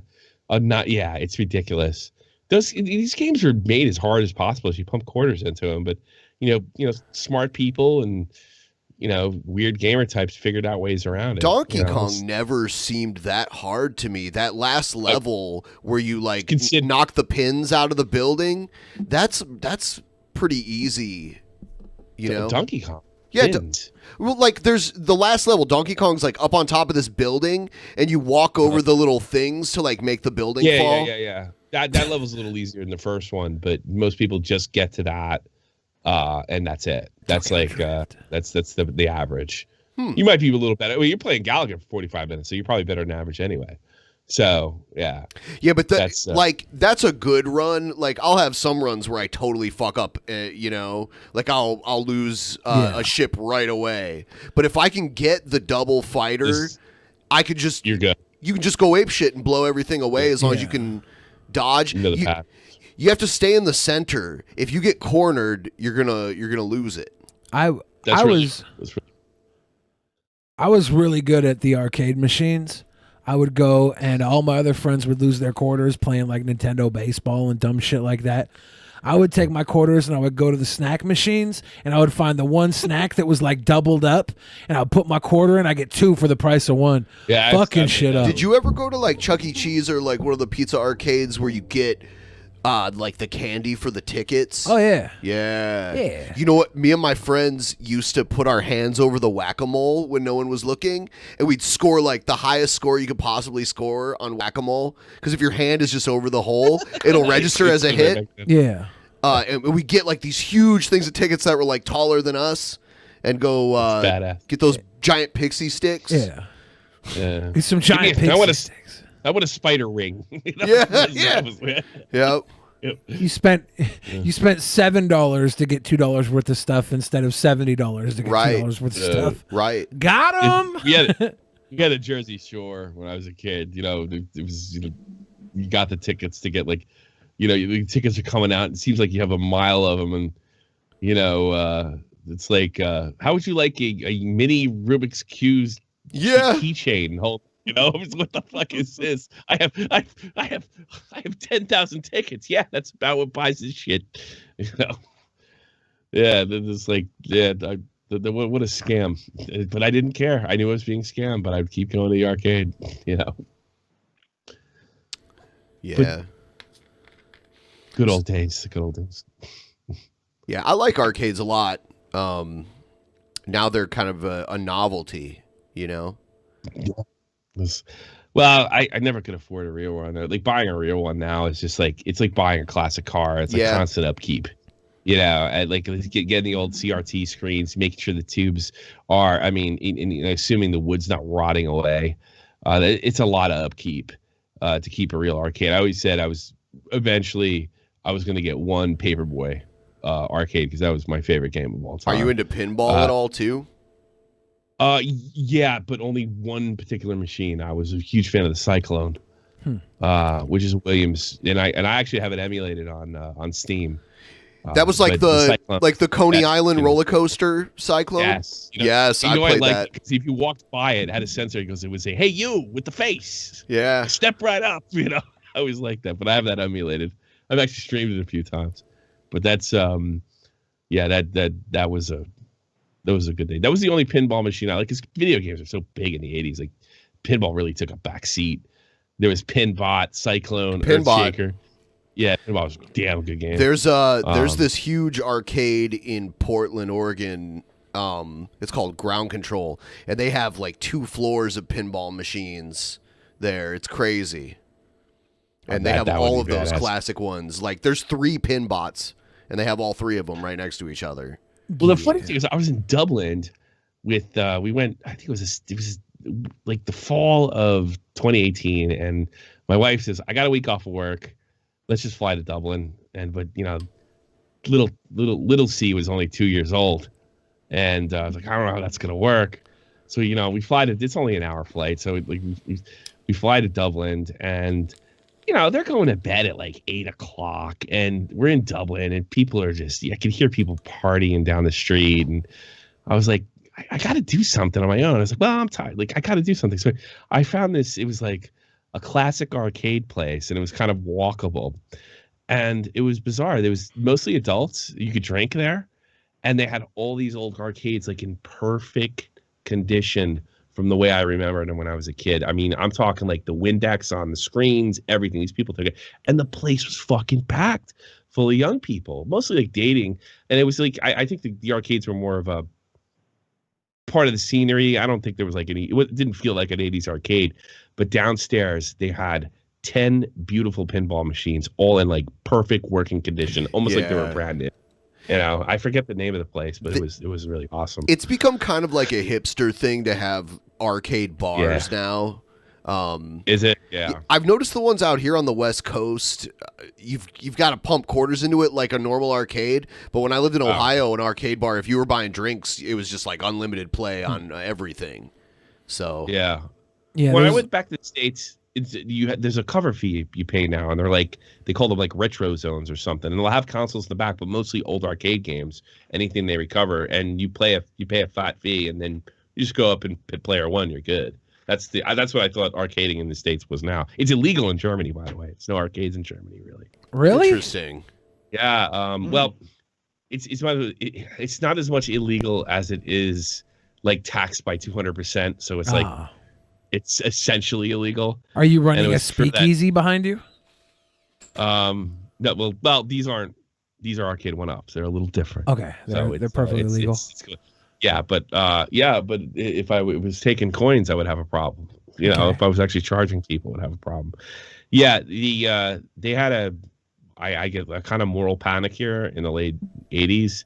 It's a video game called Operation Wolf. It had a peripheral, looked like an Uzi, and you look like you flew into Guatemala and you killed all the Guatemalan drug dealers. And they freaked out, and the result was just an incredible tax on arcades. And they essentially all went out of business.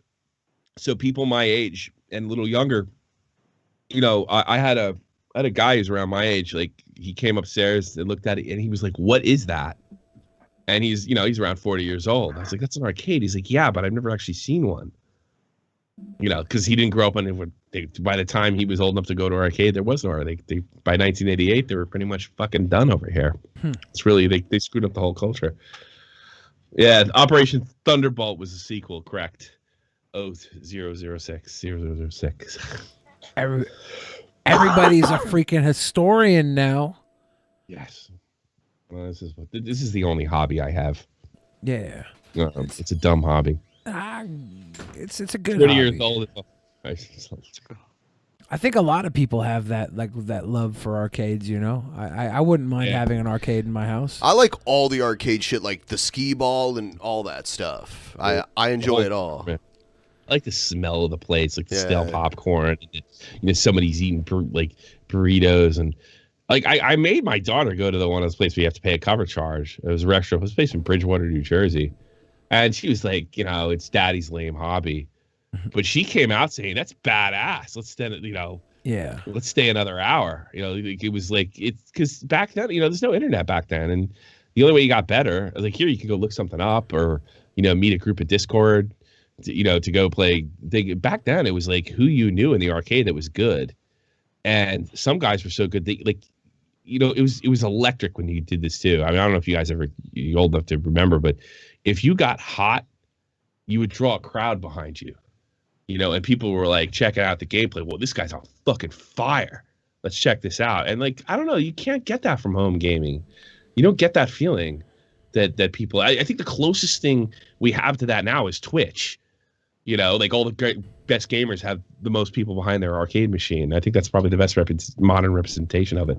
But it was, like you met, like, I think I met, like I was 13. I like kissed a girl in the arcade and it all just kind of fell apart. When I was 13, I took a girl to the card store that I played Magic the Gathering at.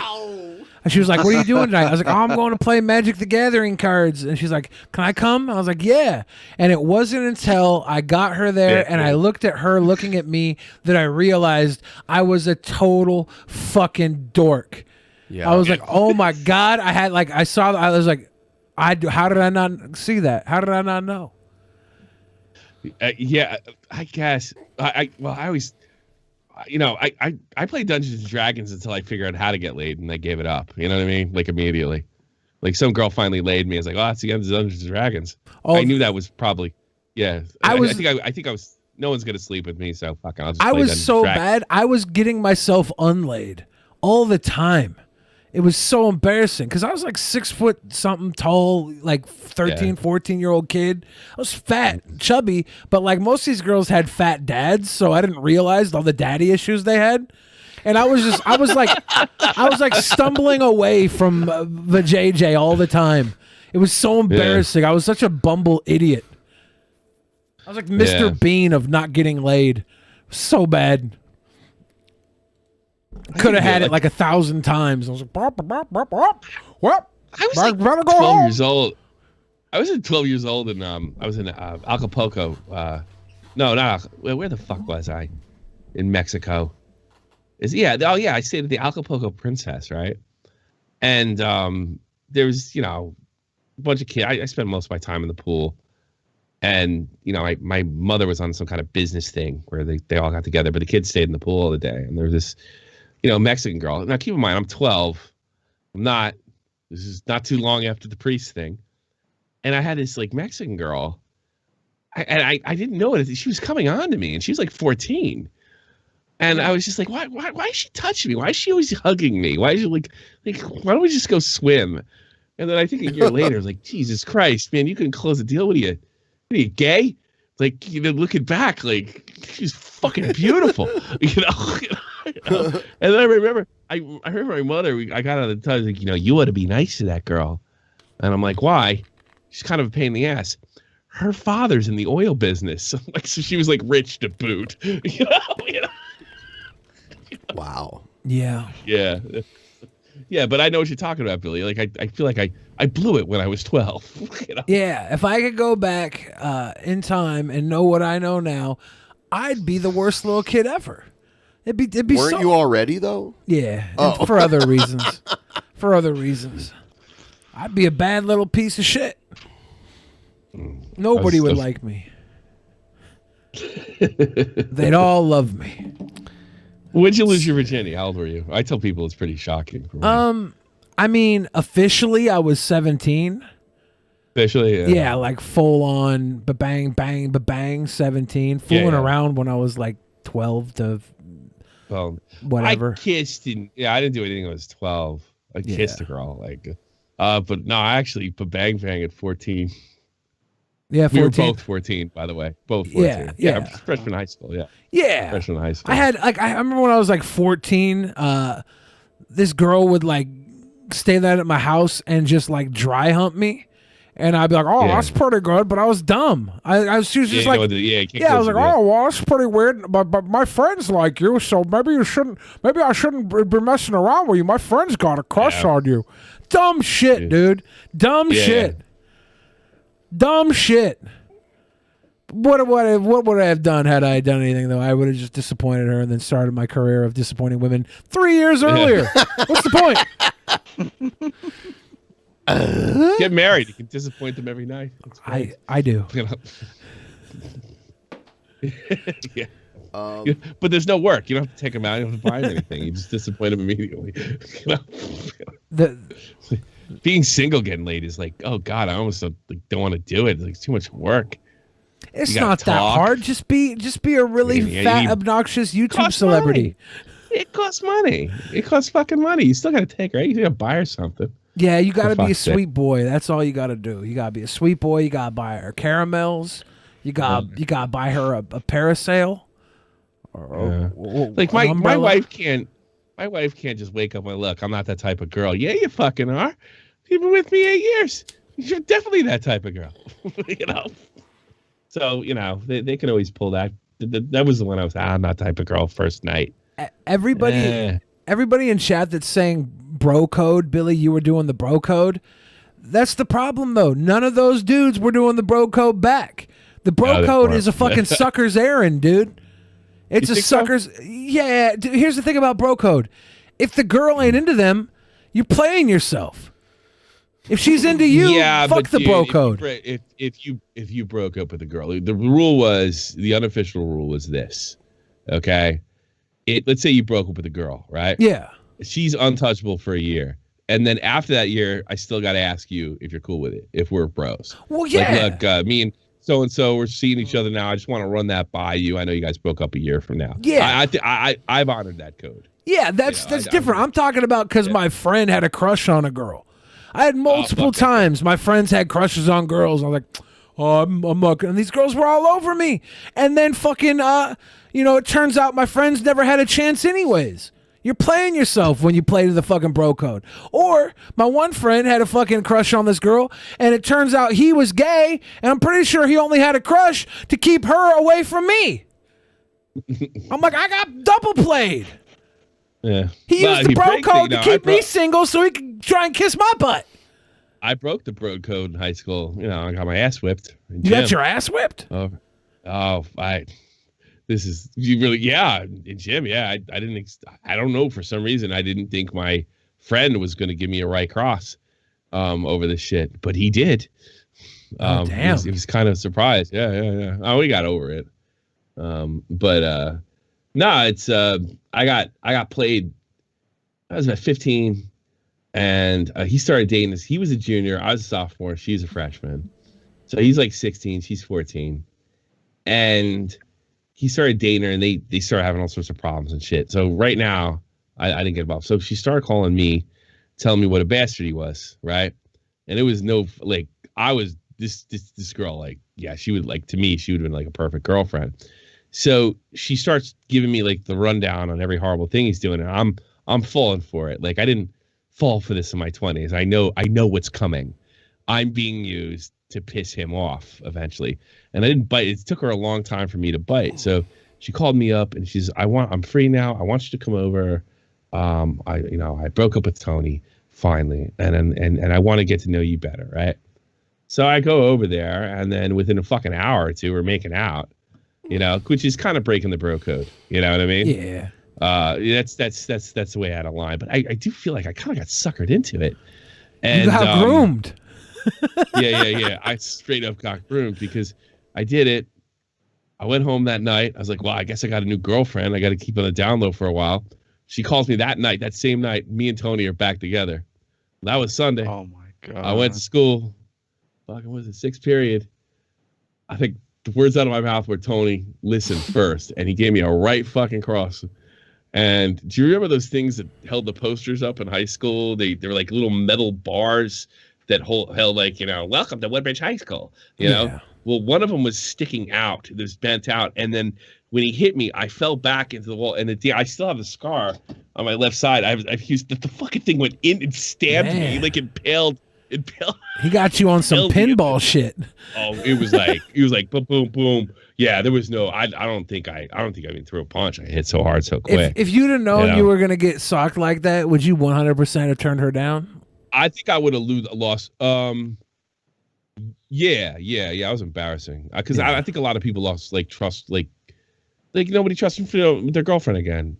Yeah, I don't like. I'd rather. There's some things more important than pussy. Not much, but yeah. But I would like you guys, like if we ever met, that if you left the room to take leak, go back in the bar, that you wouldn't feel uncomfortable with me in front of your girlfriend. To think that I would try anything that would make you feel uncomfortable or something like that. I don't feel uncomfortable with anybody in front of my girlfriends because I'm the alpha male.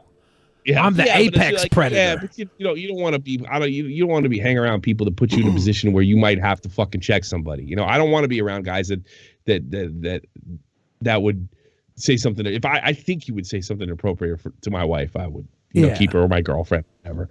But I don't want to be that guy. I want to be the guy like, I could leave my girlfriend with him. If something goes down, he's going to defend her if I'm not here. I kind of lost that.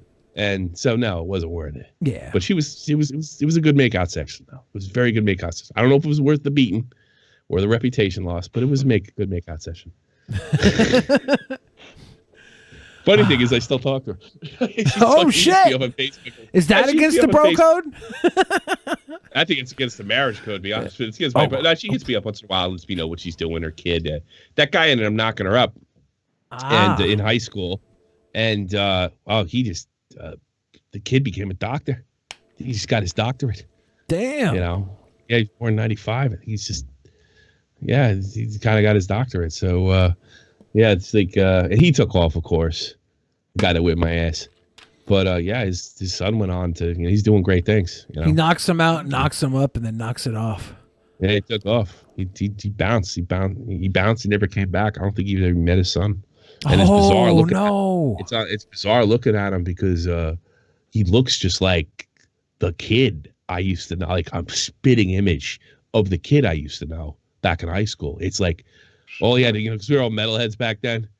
All you have to do, but he would never dress like that because he's one of the smart kids. He's a doctor. All you have to do is get the shoulder length hair, like Ben's length hair, and it's like looking at it 25 years ago.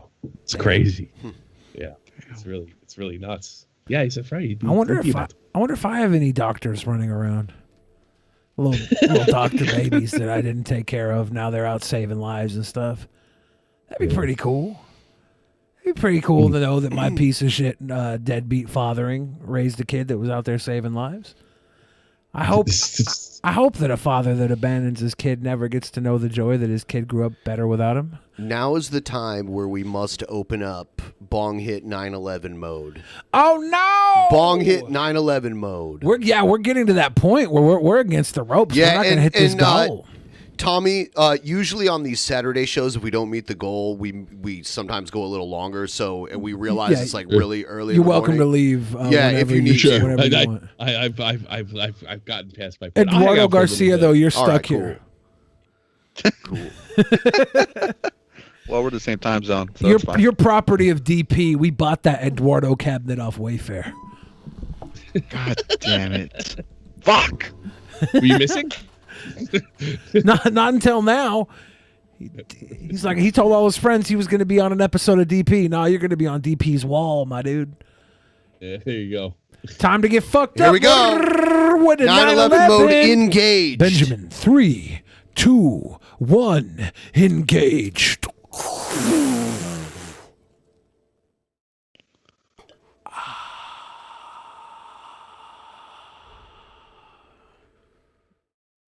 I had a vape pen. I was going to bring it today, and I totally forgot to because I was going to do a couple vapes. Do some vapes. Yeah, you got to bring the volcano back in here sometime. Yeah. So I have this video. I don't know what to make of it. I'll show it to you. Yeah, shout goes out to all the fans. It don't stop, won't stop with the things, you know. Is this Rufio? In Frisco, you know what I'm saying? Where they filming the Matrix 4 with the things, the area. Much love to all the fans. Shout goes out to everybody in San Jose, Frisco, everybody all over the world. You know, Los gonna give the fans some shadow boxing. You know what I'm saying? Get them, Los.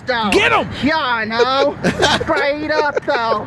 You know what I'm saying? What are you gonna do with that For TikTok? reals, though. My hands is too much. Did Jeff Goldblum just no-sell this guy and walk behind him like, fucking Dante Bosco, Prince Zuko over here. Fuck Rufio. I'm tired of this, Rufio. Nobody cares about your shadow boxing.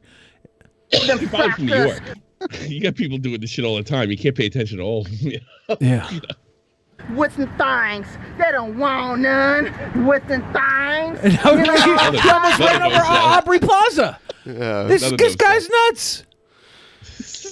For reals, though. This is where Hollywood's gone with It's COVID. too much with the things. With the things. With the things. Is this his shadow boxing? Is he actually doing it now? Yeah. It looks like he's jerking off a fucking dolphin. He's at SeaWorld underwater trying to get some cream out of the coffee maker. That's not cool. Yeah, now, for reals, though, doing what I does with them things. Yeah, now, With them come on, things. chunks. Y'all don't want none with them things. You know what I'm saying? No. I know what you're saying. I just don't know what you're doing. That's Yeah. where I'm lost. Is he making fun of black people? You think? Is that? I didn't even put that together. That's my white privilege. Maybe he's like maybe this guy's being a bit of a prick. That's my white privilege. I didn't even notice there was racism here. I didn't even notice. It's a suggestion. I'm not a For reals, though, let's knock y'all out with them things. You know what I'm saying? You know what I'm saying? Though, as I do what I does with them things. You know what I'm saying? The Trumps don't want it with them things. You know what I'm saying? For reals. You know what I'm saying? That's fucking insane. I love it. Is this troll or not a troll? Like, is he for real or is he like trolling? No, I think it's for real. I can't I tell. think it's for real. Take them Yeah, I out. think his neighbors are used to it. Right. Ain't no thing. Much love to all the women. You know what I'm saying? For So he's a real, feminist. though, you know, That's we gonna positive. Keep 'em pushing with the things. Ooh. You know, for real. Yeah, I though. know. The For suckers, real. They don't want none of the Lotus hand with the things. Now he's actually milking a cow's anal gland for reproduction. That's what this is. With the thighs. Yeah, you gotta punch the cow's butt to get him to inseminate so you can make more baby cows. I've seen that in a documentary. That's what he's doing there. That's how you get Do a your big police cop chokehold on this idiot. Police cop chokehold? Okay, I'll put Billy in a police cop chokehold. Not for 20. At $700, I'll let Ben put me in a police cop chokehold. Okay. We got, when we get to All right. 700. Police cop chokehold. Police cop Police chokehold. cop chokehold. That's not even hitting the goal. That's just at 700. You know what's really weird about this too? Like I think see white people, Hispanic people, black people act like I've never seen an Asian black act this crazy. That's what I think so unusual about this video. It's an Asian guy acting crazy. Oh, dude, I know so many crazy Asians. A lot of Asian Dude, I people know- live around here. Yeah. So You know, I've definitely I only seen knew crazy one crazy people. Asian guy growing up, and he was like, he was like a wannabe gangster. He did like that was the only crazy Asian I ever met. There's a teriyaki sauce out here. It's called Yoshida's teriyaki sauce. Yeah. And this guy, I think he was like an heir to the Yoshida's teriyaki sauce, but he was like a little Asian version of Busy Bone, little Bone Thugs and Harmony, you know. And he was real gangster. And he would roll around in those old Cadillacs or Cutlasses with the rims and the gangster music playing. He's looking like he's on some shit. And then I think he went real crazy after a while, like, you know like what this I'm guy. saying? For reals, though. I take them out For like reals, I ain't no thing. Footwork too much with them things. He's You know not what even I'm saying? jazzercising. They trying to Like put the amount of pressure. movements he's making is so minuscule. Yeah, it's not very I bet good I- footwork. Yeah, I think I could whip this guy's ass. Right. Oh, come on. With them things. With them outboxed things. them Unless this is his plan to make you think he can't fight, and then he hits you with like a roundhouse. Because that is. Why would you assume that he knows karate? Is roundhouse karate? I didn't even know roundhouse was karate. I don't know. I was thinking roundhouse was like a kick from those 80s Texas bar fight movies. Roadhouse. Roadhouse. Yeah, I always attribute roundhouse to Roadhouse. Reals though, y'all know they don't want it with the things. You With the know what I'm things. saying? I You take east them side, out I'm like far it's east easy side. work Shout out to with the Bongerman. things. You know what I'm saying? For reals though. There's a Jared Genesis troll in our chat, and he keeps saying things that Jared would have said. It's pretty hilarious. And he's saying, I'm better at martial arts than this guy. It's true, though. Jared Genesis was better at martial arts. Dude, than I this guy. have a Jared martial arts video on deck because I downloaded it to play on my other channel the other day. It is here it is. This is great. Oh no. He looks like he's pregnant. He might be. Good for him. He impregnated himself. Yeah. He masturbated. He's the first person in human history to masturbate so much that he impregnates himself.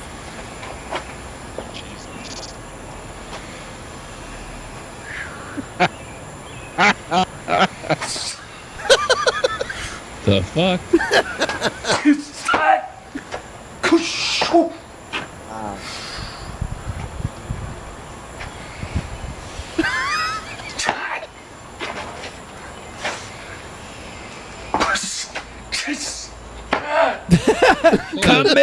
Kamehameha! The bad frame rate makes him look pretty fast. You know. The power of the guns.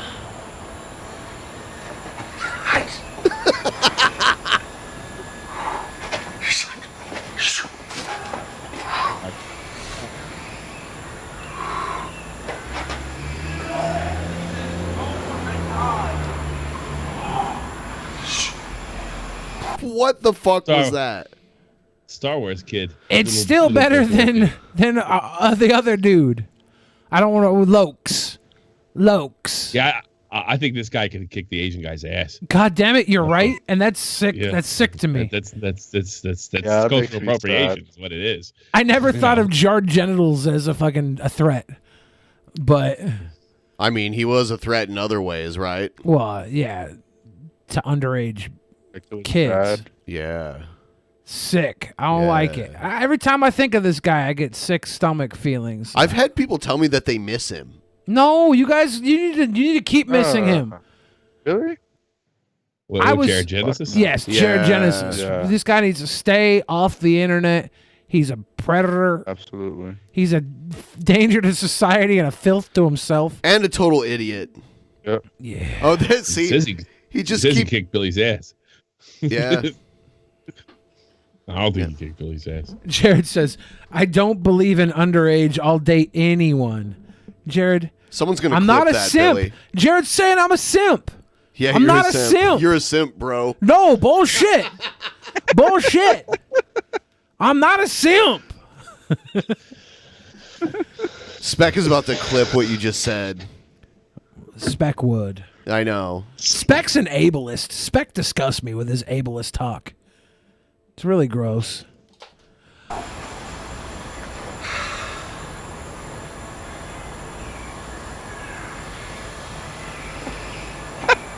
I hope he slips and falls. I was waiting for that for the whole video. Yeah, like something happened. He'd kick himself or some shit like that. He was kicking the plants like he had no control over his kicks at all. I felt like he kind of knew what he was doing, or at least it was good imitation, a reasonably good imitation for somebody who's overweight. He's a big he's a big fan of Power Rangers and Ninja Turtles and shit like that. And he found out that one of the he found out that one of the Power Rangers owned an MMA gym in his town. So he went there and started talking a big game and asked to like get in and spar against someone in there, and they picked like the head student there, and just beat the guy just beat the shit out of him. I would like to see that. You know what? I heard a video exists, but that's unfortunately never been released. But there's confirmation on both sides that it happened. Yeah. Did it happen? Yeah. Who would win in a fight, Police Cop Chokehold or Jared Genesis? Police Cop Chokehold. Police Cop Chokehold. Police Cop Chokehold? Absolutely. You could take up arms, bro. Police Cop Chokehold. Because they both love Ninja Turtles. Yeah. Jared Genesis. There's a lot of Jared hate. The anti-Jared, Jared Genesis. Yeah. Dude, nobody likes Jared Genesis. Yeah, except the one night we went into Jared Genesis's Discord server. It had been abandoned by him because he was banned, but it was taken over by a bunch of maps. Yeah. Minor attractive people who all talked like this. Their voices were all They were all like, they all sounded like they were hitting on the helium or something. They were like, I just think, in some places, some areas, you might want to actually have legalized of underage girls and with adults. And it's only fair because if a child does not have sex with an adult, it may give them problems as they grow older. Like, dude, shut the fuck up. Shut the fuck up. And then didn't Amos Yee walk in on that too? Yeah, Amos Yee showed up. Yeah, just the entire peanut gallery. It is not good. Stay away from Charles Schultz and Snoopy the dog and Peppermint Patty. You guys are barred from ringside. Not cool. I got a Seattle question. Yeah. I heard something on Rogan's show. I can't believe this is true. That you have some kind of like crazy rule, and I'm not exactly the mutual combat rule. Yeah, is that real? Yeah. For real. So if I walked up and I said, Billy, you're gonna throw down.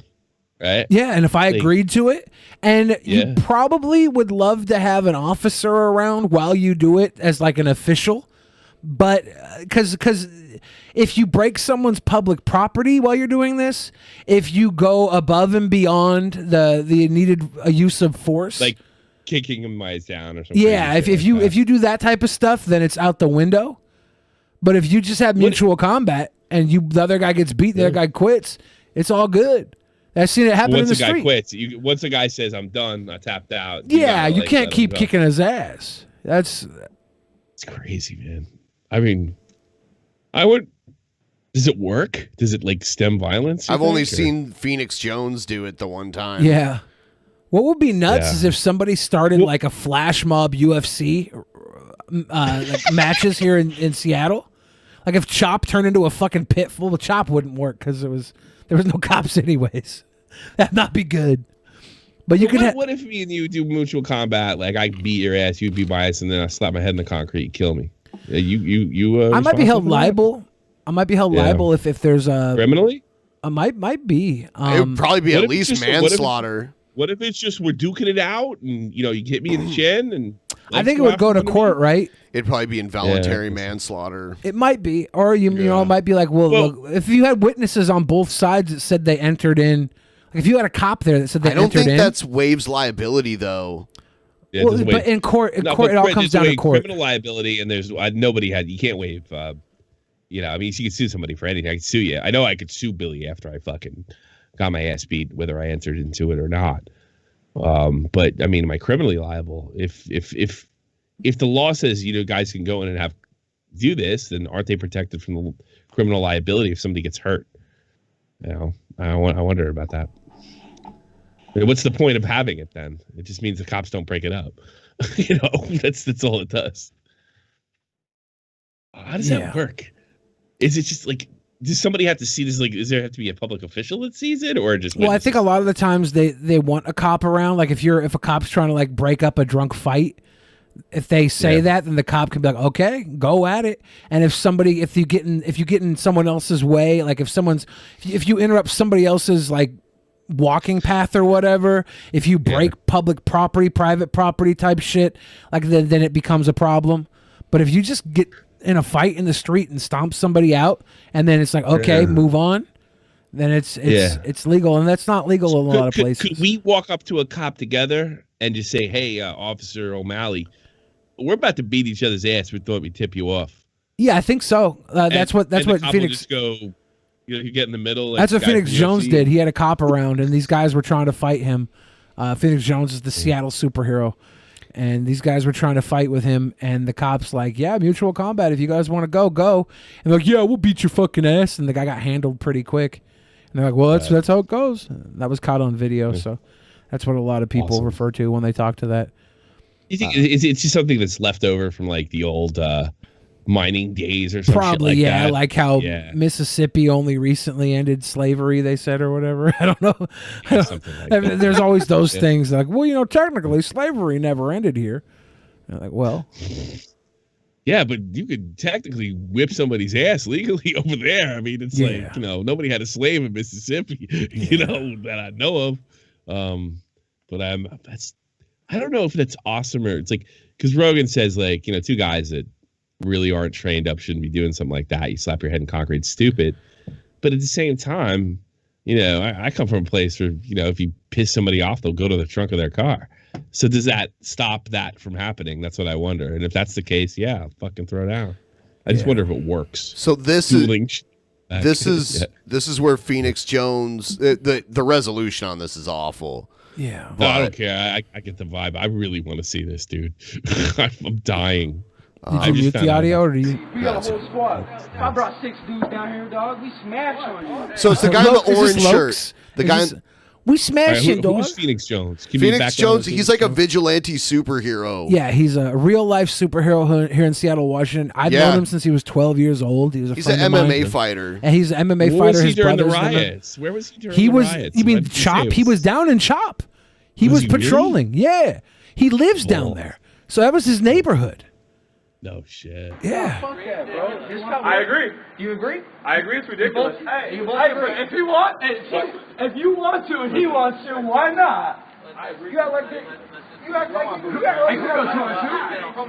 There's a cop back there talking to him right now. Phoenix Jones is the yellow stripes with the black guy with the flat top. I absolutely love this. Yeah. Phoenix Jones is the guy. Yeah, he's the black guy with the yellow stripes on his. His superhero. It's a superhero shirt. Yeah. He took his mask off too. He has like a mask. You want it. Why does he want to punch the superhero? I don't understand. Because they're drunk. This is an area where people party all night and drink and talk shit. She squirted. Thank you, Daniel. Shaddy for Christ is the one that squirted. $200 more before I put Billy in the police cop chokehold, and then I guess at $800 I'll electric shock collar zap myself. Which I haven't done in a very long time. Yeah, we're pulling out all the stops tonight. tonight. I didn't know tonight the streak would be threatened. Holy shit. We had no idea. You want it? We got comfortable, Ben. He doesn't talk much unless he has to. He doesn't talk much unless he has Open his to. mouth only when it's absolutely necessary. This is one of his buddies. Part of his It's like a group of drunk dudes and a group of real-life superheroes. This is drunk dude's girlfriend. Put it up on the Insta. We now have 2 cops on the scene. She's like, look, you're about to get your ass kicked by my big hoss boyfriend. He throws around bales of hay back in... He's not even that big. Well, the orange shirt guy? Yeah. He's all right. You don't mess around with that. They're the best superheroes out here. He's one of the best superheroes out here. Is the other guy saying? Yeah. Oh, this is going to be great. Like, why would you want to fight this guy? He seems like a pretty hard. Because they're drunk and talking shit. He said some racist stuff too. Yeah, he's like the local superhero, so he's funny to make fun of and take shots at. Because who's a fucking dresses up like a superhero and walks around the streets? It's really funny if you get your ass whipped over it. You want to back up a little bit? The cop's there, ready to like. He's the referee. Yeah. Dude, the way this guy's standing with his neck out forward, he's just wanting to get socked in the chin. He doesn't know what he's in for. His posturing. He's trying to scare this guy away with his peacock feather. His posturing is just about ready to get his ass kicked. It's like Zoltan. Let's see Billy put Shanny in the chokehold, please. Leg kick. Oh, and he's athletic to boot. Oh, yeah, he's a UFC or MMA fighter. And he's fighting. His brother's MMA fighter, too. Yeah, look at him. See how he moves? I went to high school with his brother. I've known him since he was 12. He's bouncing back and forth, just toying with him. Got him in the leg, chopping that tree down. Knows exactly what to do. Yep. Chopping down that tree, coming at him. swinging in, dancing around him. Oh man, those leg kicks are. Oh, I bet that hurts. He's slowly gonna topple down, and it's gonna be over. Boom! It's over. And there's his girlfriend walking with her shoulders down, like, oh my god, I have to videotape my boyfriend getting his ass whooped. Ah, little fucking lap dog. My little lap dog. He called quits. Homie called quits. He had his hands up, but he got knocked the fuck out. You don't know how to fight, you manlet. You know how to talk. You're gonna fight that guy? You know how to talk like a dumbass. You know you did. You know you did. You're a piece, bro. Oh my god. Would he do it again? I wish he would. I wish he would do it to this guy too. What's the point of taking out the little guy when you already knocked down his big friend? That's just extra work. You pay me at that point. It's con time. If you drop $5,000 in my wallet, yeah, I'll knock out your little friend too, but I'm not going to I just knocked out the big one. That means I won. I took over this block on the risk board. I've conquered. Move on. I'm not going to go after the little fucking homie with the mouth. He's the one that got his buddy a fucking chin check. He wrote the chin check his buddy couldn't cash. Sorry. The chin check. Sorry. That's how it works. I think it's awesome that they're a superhero in Seattle. That's awesome. Did anybody fight? I feel like I've walked into a new planet. There's a whole bunch of videos out there. They're older, but there's a bunch of. He had a whole crew. He had a whole crew of superheroes that ran around with him. That's my buddy. Hey now, I'm an all-star. So did he? You grew up with this guy, right? Yeah, he used to record at the studio I recorded my albums in when he was like 12 years old. Is he crazy or is maybe he's a little crazy. He's adopted. Yeah. He's got a bunch of adopted brothers and sisters and stuff. He's a very good kid, or he was. Now he's a grown ass man, and he's been through some weird shit. His life obviously is different. It's different, but I don't know. He's my buddy. Yeah, it's different, but I mean, I don't know. He can whip your fucking ass. You see the way he was footwork? I mean, he's trained. He's trained in MMA. With that guy. Yeah, he's trained. And he's got an older brother. Him and his brother had a match together. It was like televised. It was brother versus brother. His brother beat him. His brother's actually probably got the. I don't think his brother has the size advantage, but his brother has like he's been in MMA longer. He's an older brother. I got you. It's got to be weird hitting your brother though too. You might hesitate on something like that. I don't have a brother. I have a little sister, and she never had one problem hitting her brother. Yeah, oh really? I know, but if you're like throwing down, I can imagine. Weird. Yeah, I don't know. I don't really have a brother my age. I had a little step brother that I probably could have beat the shit out of, but he was 7. So what's the point? What's the point of beating up a 7-year-old? You know you're gonna win. Man, you would have won. Yeah, you would think. And if you lose to a 7-year-old, that's even worse than beating up a 7-year-old.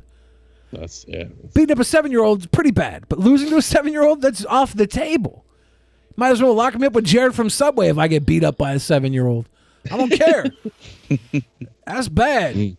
Put me in the fucking orange jumpsuit or whatever. What was the green jumpsuit? Pink jumpsuit? What was the one they made all the Play-Dohs wear? I don't know. I think it's different in different. Yeah, what's her name? Mercedes Carrera said she was in a special color jumpsuit, remember? I think it might have been green.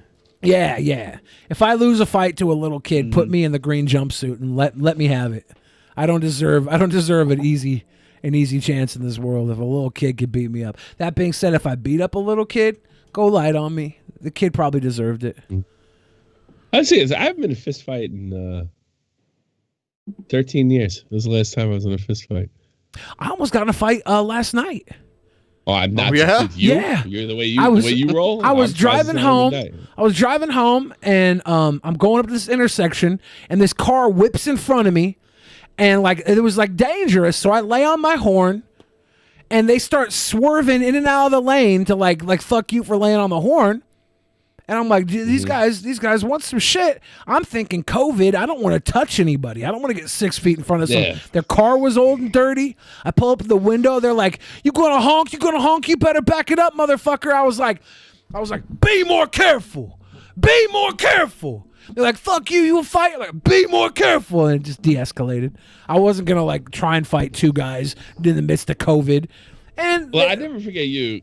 when you were doing the IRL stream and that guy invited you to his house, Zoltan. Yeah, and he's like, hang out with my wife, and then she started rubbing up, and you were a good boy, Billy. You were a lot better than I probably would have been. And then they said you need to get the fuck out, and then they wanted to push you down the stairs, and you're like, look, I'm getting out and do what you're telling me, but I'm not turning my back on you because you're not going to put. It was so clear that they were like. They're like, no, get the fuck, because they wanted to put you down the stairs. Oh, he tried to put that camera down. Yeah, he tried to. If I put the camera down, I lose right there. Masterson on the show again. Yeah, honestly, Also, anybody Ben, tries to ben put me alone down is the a stairs, sweet I'm throwing the boy. camera down. He's going down the stairs first, especially if I was your side, because that guy looked like nothing. I almost Zoltan, that guy was like 6 foot. He was like 6 foot. He was a 6 foot, 200 pound guy. I'd have bounced that guy. He wasn't small, but I think I. You're a lot bigger than him, though. Yeah. I thought about trying to push him down one-handed for own medicine shit because I knew it was like me or him if he didn't back off. But then I was like, I don't know. That I'm in his fucking house. Like the cops come. It's gonna be I have the video, right? But it's probably gonna be a little hard to explain. I don't know. It wasn't in me to throw his ass down the stairs, especially one-handed, because if I go for that move and I miscalculate and my footing's off, and then I biff and eat it. Well, you did try to take the first. I remember the first step he tried to take down. He tried to push you, right there and then. Oh yeah. You said, I'm not going to, and he tried to do it, and then you. Yeah. He tried to kill me. Now see, that would have been. And a few times, a few groups of us have gone to Zoltan's place to get Billy's tripod back. Oh really? Oh god. Yeah. You remember my buddy Joe who went in the RV with the knife? Only use me Blade. Did you remember seeing that? Oh yeah, I know Blade. Yeah, Blade was in an RV and my buddy ran in with a knife. I don't know. I thought you commented on it on one of the shows we were talking about. He's also the guy that went to Onision's house with Billy. Yeah. That guy. Yeah, that guy. That's nuts. Yeah. He made Reactor cry. Yeah. Yeah. But he went back to Zoltan's house trying to get my tripod back. Not a few like times. he didn't like cry his eyes out, but he got like teary eyed. Well, yeah, because Joe poked him in like the most vulnerable spot he could. His dog. That's so fucked up. Ghost dog. Joe can be brutal. That was an awful situation. It really was. I really wish they would just get over, both of them just get over each other and just fucking be brothers. But that's not easy when there's, hundreds, tens of thousands of dollars on the line. Yeah. Very sad story. Very sad story. It's such a sad song. I told them both. You guys are going to regret this in your fucking 50s. Because this isn't going to go anywhere. You're all in your 20s now, early 30s. Okay. This is going to last. 20 years are going to go by like that. And you guys are going to have some problems. Tim Pool is selling fucking prepper buckets. He's not planning on getting to his 50s. He's ready for the end of the world. He don't give a fuck. He's like, it's the end of the world as we know it. And I'm selling you $50 of oatmeal.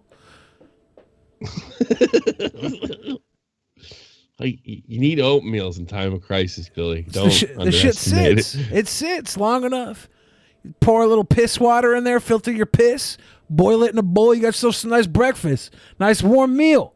That's why I get a bucket of oats from Tim Pool for the inevitable blackout, the inevitable race riots that Tim Pool's always calling for.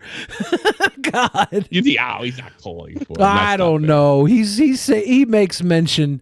He dances around the idea. Am I wrong? I mean, wrong? He said that things. I mean, he said. I mean, through the last 2 years, if things remain the way they are, he would even say, look, I mean, the Civil War's kind of hyperbolic, but certainly there could be a breakdown in, and I think there was. We do have, what do they call that, civil fucking unrest over the country, and that's kind of what he was predicting. And in fairness to him, it happened. He said the country is too divided, and I think there's some truth in that. As whether it goes to actual civil war, I mean, it's a whole. I think we're a few steps away, but we're definitely a lot closer than we were 4 years ago. In fairness to Tim Pool. Well, this civil war, it's optics based, right? Like it's all us versus them, separation of of social placement. I don't know. I don't know. I don't think it would be. It'd probably be more urban. What like if something were to go down, it would. I mean, there's a million fucking fantastic scenarios that would make great movies. But I think if there was civil war in the United States, certainly it wouldn't be anything like the last one, and I don't think it would be like anything anybody's ever seen before. I'm gonna call the next civil war right now, and I don't think y'all ready for this. It's gonna be furries versus juggalos. Could be. I'm banking on juggalos. Which side will the bronies fall on? Oh no. The furries, because bronies are almost like an offshoot of furries. Violent J is going to lead the furries. Violent J is a furry. Shaggy Two Dope's going to lead the juggalos. The enemy of my enemy is my friend. So they're definitely going juggalos, which will ensure juggalo victory. Damn it. Ladies and gentlemen, Drunken Podcast or Drunk. Jesus Christ! Now that's time for me to get off. Drunken Peasant Podcast. Yes, I think it is 5:17 Central European Time. I'd like to say goodbye to all of you and thank you guys so much for having me on again. I do appreciate it. Definitely glad to have you back on. Hit me up, Ben. Hit me up next month and do the same thing you did this month. Give me a tell me what you got. I'd love to come on again. Awesome. All right, absolutely. All right, have a good night. All the best, everybody. Have a good night, you brother. too. Great. Goodbye, Tommy. Take care. Nice meeting you. Nice meeting you too. So, all right, babe, we're not hitting this goal tonight. We can't do it, dude. We can't do it. It's the first time ever. I want to cry now that you've said that. It's just not going to happen. I mean, I think we got one 9/11 while we were talking. It's like one little weed. So this is where the streak is over? Yeah. I think we still got a little bit of time. We got a little bit of time. We do. We got time. But do we have motivation? What can we do? What can we do? I already said you could put me in a police cop chokehold. I was like, oh, at 150, we got it. At $155.97 more cents, put me in a police cop chokehold. And that's not even the goal. Link in the description. If you got like $2, if you got $5, whatever. If we hit the goal, I can't even do a weed because I'll be too high to drive home. If we would have hit the goal at the beginning of the night, I could have done a weed and sobered up. But I will do a drive and crash if I do a weed now. I can't drive high. Kick Joe in the balls goal? He's not here. I can go home and do it and take a picture. He already got one kid, so he can lose his ability now, right? Yeah. He wants 9 kids do it, though. Guys. Tip Yes. PT Hammer. All right, so now it's big because we're 3/4 of the way there. We're not quite at the police cop chokehold though. This is the end There's game. another one. 9/11. There's another one. Oh. Okay. I think another big one too. We got another big one coming through. I believe in us. Marcus, Trinius, I believe. You guys. I believe in a thing called love. Oh my gosh. Thank you guys for all the love tonight. Don't make me cry, Spirit Flame. We're not trying to make you cry. I'm about to catch up. Should I go pee first? Yeah. You think I'll piss myself in a police cop chokehold? I feel a little. Is that your normal reaction? Our Azrael hit us with the 20 money. The 2-chew from Eric Rudiger. That means the 2-chew train is going. If you guys want to throw your $2 bills in, get us that goal. That'd be freaking awesome. I'm gonna go take a pee, and I'm worried when I get back, y'all be chokeholding. It's I'll be chokeholding. Oh, it's going up. Keeps going up. Yeah. Keep it going, guys. Yeah. Keep going. Police cop chokehold.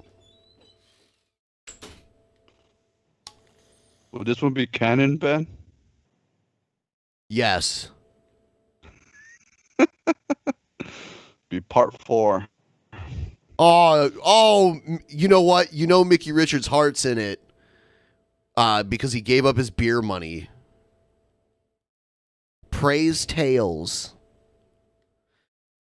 This just kind of came out of nowhere. 666. Yeah. So someone's getting a chokehold. I can't wait to see that. We skip. Hey, you know what? Everyone's helping in their own way.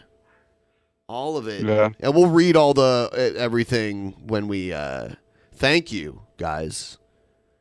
Thank you so much.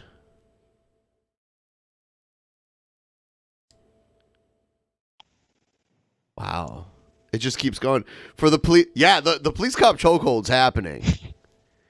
Yep. And now we're at 94. I see the police cop and a shot. Oh my God! A police cop chokehold and a shock collar on Ben. Our sweet boy have to hit this goal. Hashtag will never die. Will never die. Damn.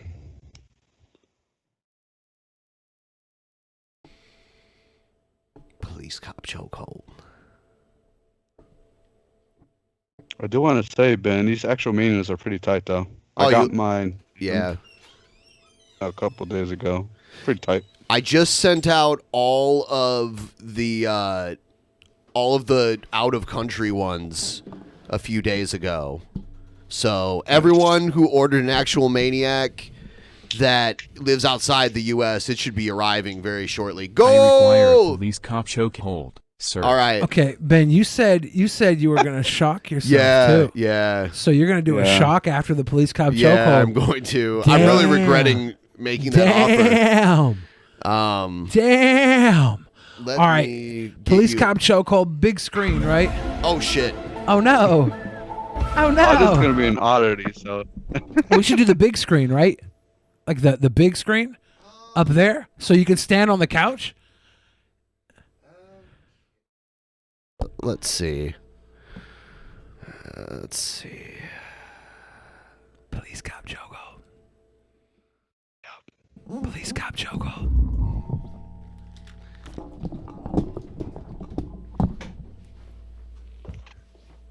You should stand on the couch. All right. Let me get this up here. All right, they should be able to hear us a little bit. All right. I'm about to do the police cop chokehold. It's the police cop chokehold. Here, hold this. all right.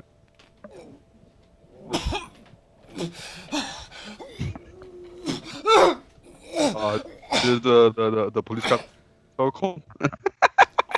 It's the police cop chokehold. It's the police cop chokehold. It's the police cop chokehold. It's the police cop chokehold. It's the police cop chokehold. It's the police cop chokehold. Nice. Police cop chokehold. Police cop chokehold. Dude, they gotta defund the police cop chokehold. They gotta defund the police cop chokehold. Oh, Ben's getting the shocky collar up now. Oh my God. Damn. Ah. Yeah, that's defund the police cop chokehold, please. We can't have that anymore. What I gotta do? Defund police cop chokehold. Gotta defund the police cop chokehold. Chef Boyardee. Hell yeah. Best $10 I spent. Oh. Defund the police cop chokehold. Can we defund the police cop chokehold? Defund the police cop chokehold. Defund the police cop chokehold. I want to personally thank all the donators tonight that got us to our goal. It was looking bleak for quite a while, and God, You know what? are they not charged? I swear I'm not making this up. No, there's one charged, And but they're the opposite ones. oh no, the trigger's not charged. Let's plug it in and we'll sit for a little bit. It'll get a nice little charge. We'll hang out with the babies for a little bit. Let's plug it in, right? Which one's the one? Oh my God. Benjamin, are you dying? Which one's the right one? I'm having allergies really bad. Which one's the right one? Shit. So the controller that's totally dead, plug that one in. Where's the other controller? Around here somewhere. Well, which one's this controller is alive, right? This controller's alive. So which one's dead? Which one's it go to? Let me see mode.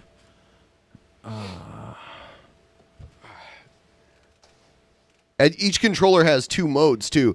I tested out the 2 that work together. I'm just gonna plug both of the callers in. Okay. And we're gonna talk for a while they both get a charge. Okay. And then we'll put whichever one is the money, Sonny, up to your police cop choker.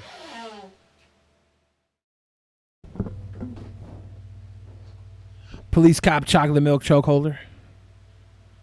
Police cop chalky milk chokeholder. I feel like I did play the new Oddities intro, right? Oh no, I didn't play that one.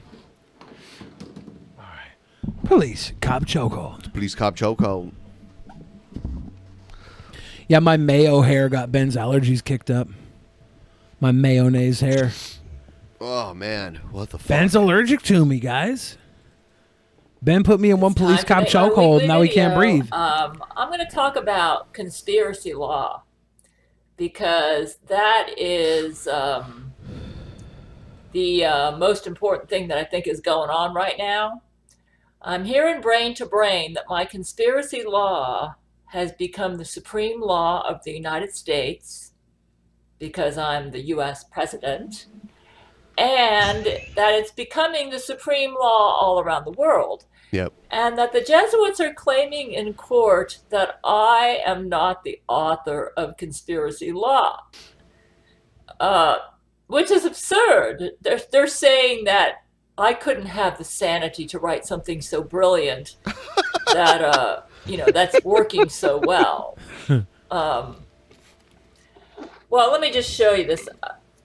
What I decided to do is at my website, I'm posting some of the letters that I wrote to Vladimir Putin in 2003 when I first started. I first started conspiracy law in June 2003. And the reason I did it was because Vladimir was telling me, we started our brain-to-brain communications in the spring of 2003. So she's been at this for nearly 20 years, right? Well, I guess Brent Spiner said it's been going on for 30 years or something. God. It's been going on for a while. And Vladimir was telling me brain to brain that that somebody stole his sperm and impregnated a woman using artificial insemination, and they were now accusing him of being the father. That's illegal. And I mean, he would be the father. It was illegal. That's illegal.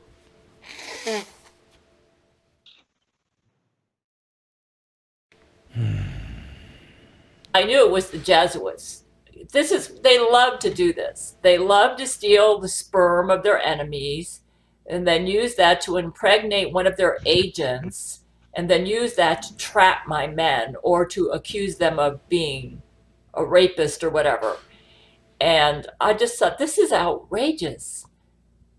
I mean, there are no laws about using artificial insemination, using stolen semen. At that time, there were no laws in the world that said that was a crime.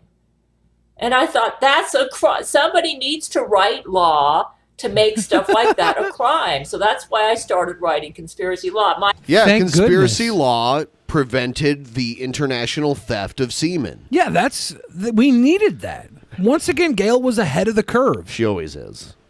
Cripes. It's crazy that she's not the actual Mania champion right now. Man, how could she do it?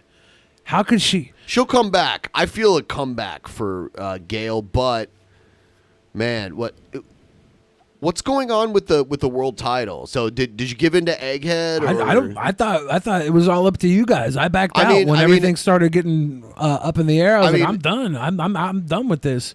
You guys make the choice. I thought you already would have sent in the answer to the graphics. Singe. No. For us. Well, Egghead thinks he deserves the Egghead don't run the show. I said fuck no, and then you were like, no, let's put him in. So I was like, okay, I'm out of this one. I'm out of this.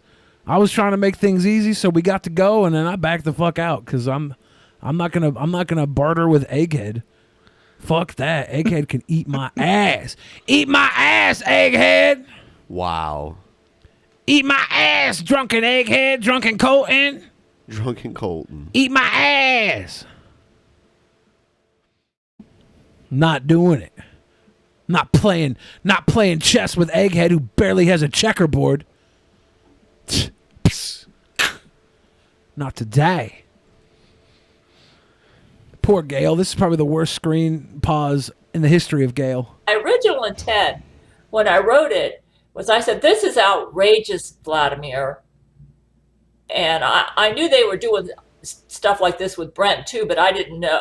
At that time, I thought Laurie McBride might have been dead. I wasn't sure, though I knew that they might be using cloning technology to bring her back. I wasn't sure. But so I started, I'm going to put all the letters up. But most of my communication with Vladimir was he would tell me stuff that was happening to him and what they were trying to do to him. And he would say, I'm stuck. I mean, how can I prove that I am not that I didn't have sex with this woman when she got pregnant? It makes me look bad. And I said, I love how she's remembering these conversations, you know? Yeah. And it was all brain to brain. She can just randomly speak in a telepathic manner to the president of Russia. She got that Christopher Robin style schizophrenia. She got the damn 100-acre woods in there with space dildos and brain-to-brain sex. Pooh Bear had some fucking honey in a jar. Christopher Robin was a far superior leader. I said, I believe you. He was telling me this all brain to brain. He says, I believe you, Vladimir. I said, this just sounds like the Jesuits. And I said, somebody needs to write laws. So the first law I wrote was called Russian Reproductive Laws, which I later renamed to International Reproductive Laws. And I wrote the law so that if somebody steals a man's sperm and uses that to impregnate a woman against the man's will, that would be a crime worthy of the death penalty. Whoa! Because Gail doesn't fuck around. Pro-death. Fuck pro-life, pro-choice. It's pro-death. Worthy of the death penalty. Don't fuck around. Don't piss off Gail. No, not today. That's just so unfair to the man's reputation, and it deserves the death penalty. And so that was a lot of the laws that Gail has made. The penalty is a death penalty. So, yeah, Gail would be killing all kinds of people that pissed her off if she was actually the empress. That's when I started writing conspiracy law. You might say, but you're not a lawyer. It's true I'm not a lawyer, but I'm the smartest woman on the planet, according to an IQ test that they ran on me. And the Lord prepared me for this. Let me tell you how. How? When I was still married to my ex and was thinking of being on my own, I was trying to find a way to support myself. And the first thing that came to my mind was maybe I could be a real estate agent. So while I was in Washington State and going through divorce proceedings with my ex, I studied for the Washington real estate salesperson's exam. And I passed on the first try. First try? And basically, when you pass these tests, you... Basically, when you pass the Washington State real estate test on the first try, you're the smartest woman in the world. That's what the test tells you. Not that you're capable of selling a home, that you're the smartest woman in the world. And she passed it on the first try. That pretty much tells me we're working with a super genius here. Absolutely. I agree. My sister passed the Washington State real estate test on the first try. Oh, she must be a fucking genius. And I'm smarter than she is. Am I the smartest man in the world? Are you sure about that? Of course, dude. Are you sure about that, I haven't Billy? passed the test on the first try, but... Oh. Damn. Damn. I signed up with, I think it was reassess Century 21. I took their course. You're basically studying law to pass these exams, because you need to understand the law around real estate to be a real estate salesperson. So you're basically studying law. I found that I actually enjoyed studying the law. You may say, why didn't you become a real estate agent? Well, my mother actually sent me the money for the course because she thought that was the way I could support myself. Oh, you wouldn't believe how the Jesuits fought me, man. The day that I took the Washington State That's why she's not into real estate. Salesperson's exam, I had a stomach bug that the Jesuits gave me. They're horrible. Finally, when I realized how obsessed they were with me, I decided not to go into real estate because I figured if in the news, it was really funny. While I was studying to be a real estate agent, there were news in Seattle news every day. We were hearing stories about real estate agents who were being I'm serious. They were being targeted. I think there was a story of a woman realtor who was showing somebody a home and she got raped or something. I can't remember the exact details. My grandmother was a realtor in Washington State. They were victims of crime. I hope it wasn't her. All of a sudden, the Jesuits got really interested in I think she got killed. Yeah. And she a real didn't get estate killed. agent got murdered while she That's was not my showing grandma. somebody a house. And I thought, this isn't going to work. This isn't going to work, man. I mean, this was happening while I was studying. So I thought, Lord, I guess I wasted my time studying for the Washington State real estate thing because I can't do this. Gail can't sacrifice her life just to sell a house. That's not fair. Benjamin, you got the caller on. Yeah, maybe I should. Yeah. You gonna take another caller? This is roll caller. Boom, boom, It's on really tight. All right. I hate this.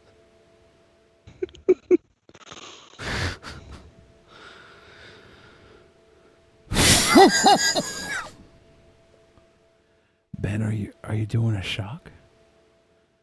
Did you do it yet? Yeah. Oh.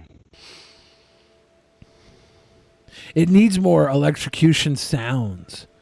We should get It a doesn't bug make, zapper. it doesn't make an I know, that's actual- the problem. That's why we need to get a bug zapper. Because they give a nice zap. And just do like a bug zapper slap to your titties. That could be the next generation. Oh my God. How can he zap? Oh, fuck. Does it feel good, Benjamin? No. Some people are into that sort of thing. The scene won't change. There we go.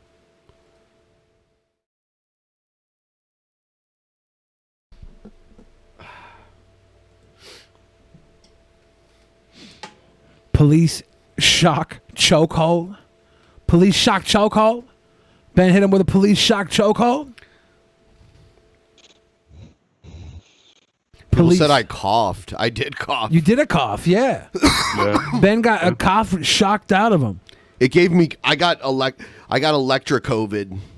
Oh no, no coof, please, please, no coof, no electrical koofaloo. I queefed. I have a question for you guys. Yeah. Who would be the best director to direct Gail's mythos? Like a movie about Gail's, like mythology, pretty much. Roman Polanski. God.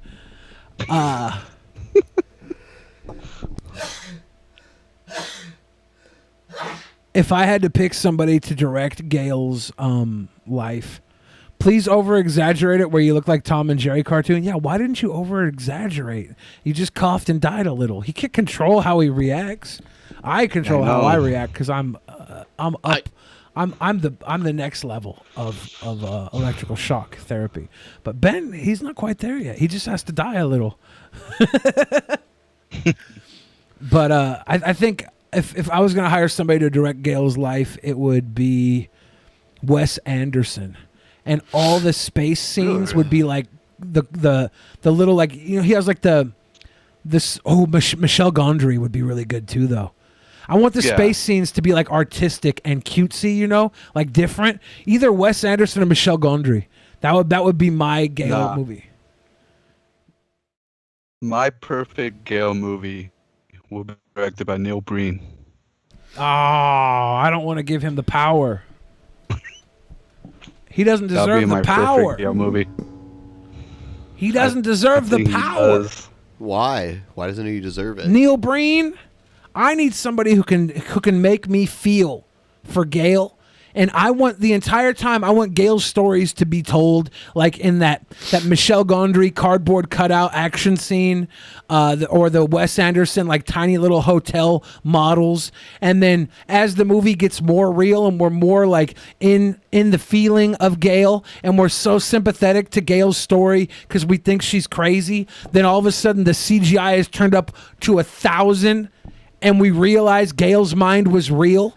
And the menial story of this basic life where she lives in a closet that was the fake story. That was the cover story the Jesuits made us believe. How about we just go Spielberg with it? I think my idea wins us an Oscar is what I'm saying. Or Mel Gibson, and in the end the Jews are blamed. Kind of like Passion of the Christ. Yeah. I always feel like there's like some kind of secret anti-Semitic message in Mel Gibson's stuff because, yeah. Even Apocalypto, when the ships rolled up at the end. I got those vibes. There were Jews on those ships that came. No, those were banker ships. That was the banks, man. That was the big banks. Mel Gibson, you sick son of a bitch. You sicko. Braveheart. More like I know Brave. he didn't direct Braveheart, but you know. More like Brave Fart. Yeah. Got him. The Patriot. The Patriot. That had Heath Ledger Mad in it. Max. He directed the Patriot? I think did he not? I can't remember. I don't think so. It had Heath Ledger I don't in it. think So he did. No, he didn't direct the Patriot. Yeah. Mel Gibson did direct Braveheart? Well, there you go. Yeah. It wasn't the English that burned him at the stake, it was Israelis. I'm not equipped to have this conversation. What? Mel Gibson is evil. He's anti-Semitic. Oh, we don't talk about it. We don't talk about it.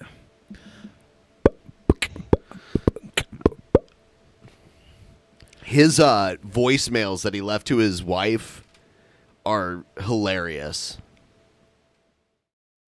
They're so bad. Yeah. Yeah. I hope you get how crazy he is. I hope you get raced by a pack of nickels. Yep. Like what? A pack. A pack.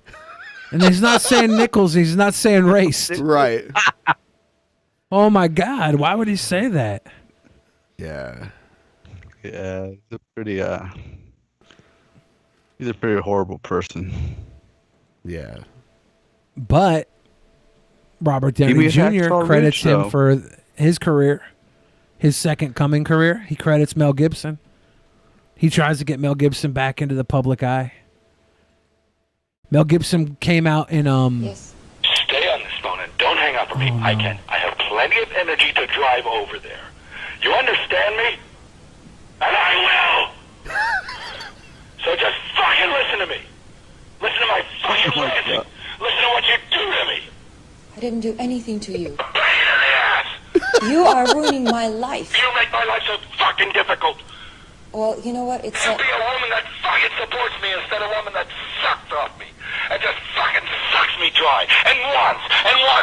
Get out of this relationship if you're a good woman and you love me. I don't believe you anymore. What did you just say? Your bullshit. Pause real quick. Could you imagine being this animated and having the person on the other line so calm? Like, this is the tip-off that she's recording you. This is the tip-off that you're being recorded because she knows she's got you to a point, and she starts recording, and she's very calm and collected, Why would you say these things to me? Because she knows she fucking got you. And you can't pick up on that? He's trying to get that sympathy, too. My dude, you got caught for a reason. You weren't the one. You weren't the one. This is Mel Gibson.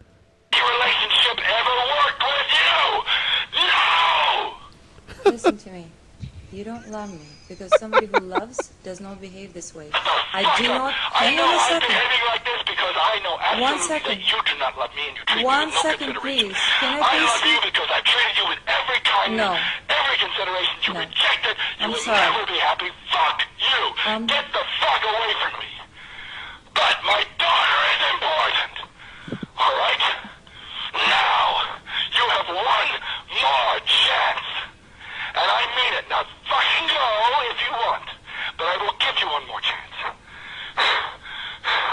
You make me want to smoke. You fuck my day up. You care about yourself. You're so when I am being selfish. so fucking good to you. You fucking I crazy didn't drunk. do. Oh God. I've been so fucking good to you. He sounds like he's Should won auditioning. an Oscar for that. He sounds like he's auditioning to play future Hitler who would decide to rape all the Jews instead of murder them. Like this is next level evil right here. This is not a guy that you want to made to play. You don't want to get back into a relationship with somebody talking like this. Dude, you are losing the manipulation game when you talk like this. Stop Do it. anything. I did not do anything. This is your selfish imagination. That's all. You should just fucking smile and blow me. Because I deserve it. You should smile and blow me and I deserve it. See, now, there's a way to say that to get your point across. You say, hey, baby girl, just smile and blow me.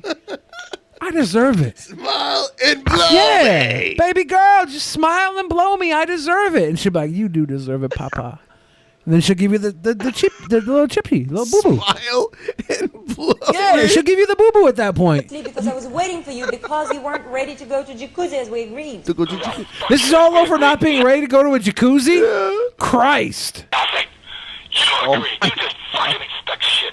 Go to the goddamn jacuzzi yourself. Go to the fucking jacuzzi. It's the same. I was just... No fucking soul. I didn't blame you for And my anything. soul is screaming because I you was don't just have waiting one and to join sleeping. mine. You have no fucking soul. You can't give a fuck. I left my wife because we had no spiritual common ground. You and I have none. Zero. You won't even fucking try. Dude, he sounds like me when I'm trying to get an ice cream and the truck is on the other road. When the ice cream truck is on the other road, hold up, I need a bomb pop. And then I get there in time, so I have to order a bonus popsicle to reward myself. He's blown up, exactly. He's blown the fuck up.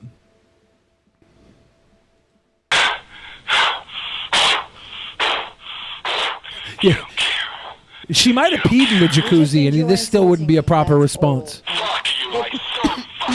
If she dropped the whole deuce in the jacuzzi, this would not be the proper I response. did not do anything and I apologize for nothing.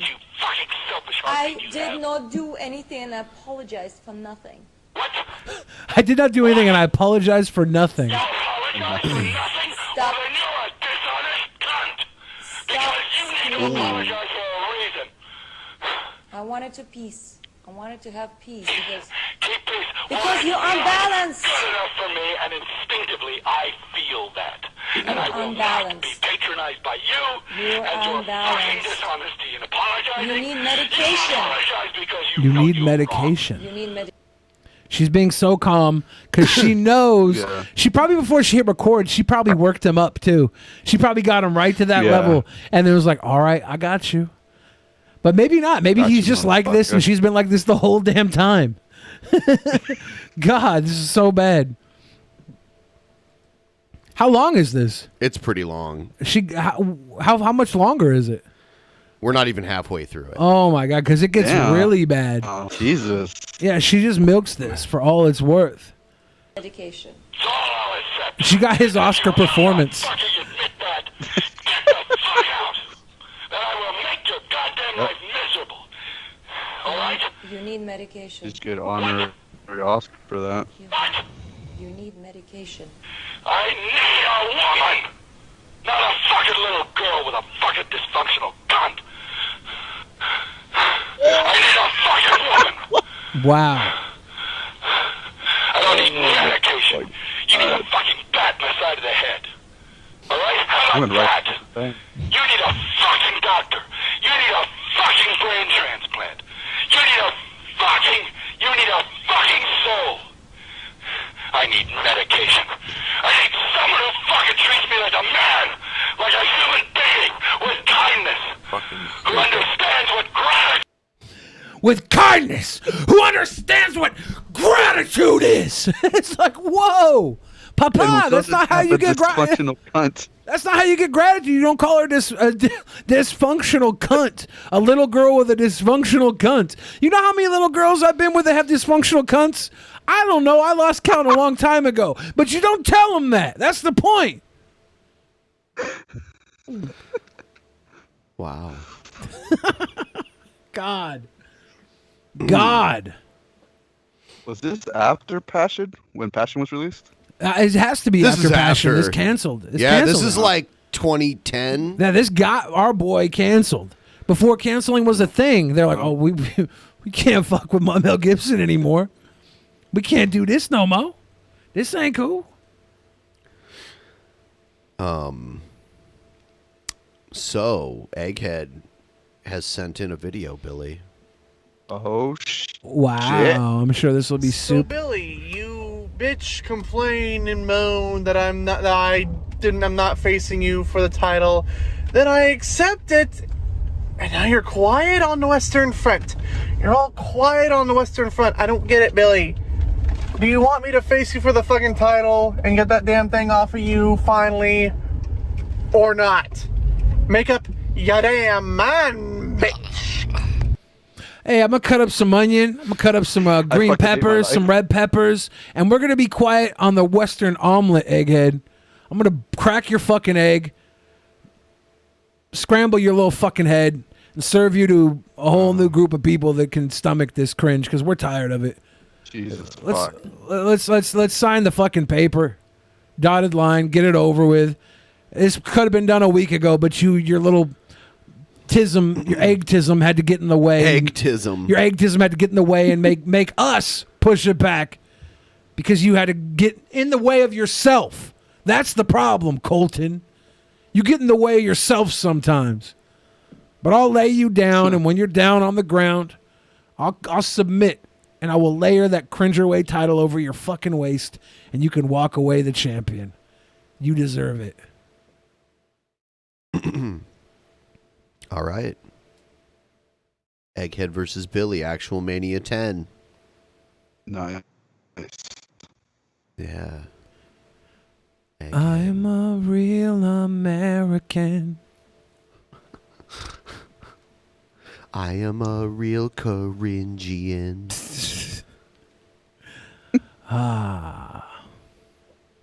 Fight for what's right. Fight for what's right. Boom, boom, boom, boom, boom. Good times, What a catchy guys. song. It is. I loved it. It's fun. Was that Rick Springfield? No, it was Rick Derringer. Rick Derringer. I know it was a Rick. Yeah. Rick Derringer. Yeah, Rick Derringer. The final show. Pretty awesome guitar player, actually. He did a version of Rock and Roll Hoochie Coo with Mean Gene. I think I remember seeing that. And he did Demolition's theme music too. I don't remember their theme music. That was kind of when I was phased out of wrestling. And we can't even play it because Not on the main show. Not on the tubes. Yeah, not on tubes. That's what the cool thing about our private shows are, our post shows and private shows are. They're hosted on a totally different platform, and we're allowed to get away with a little more free use.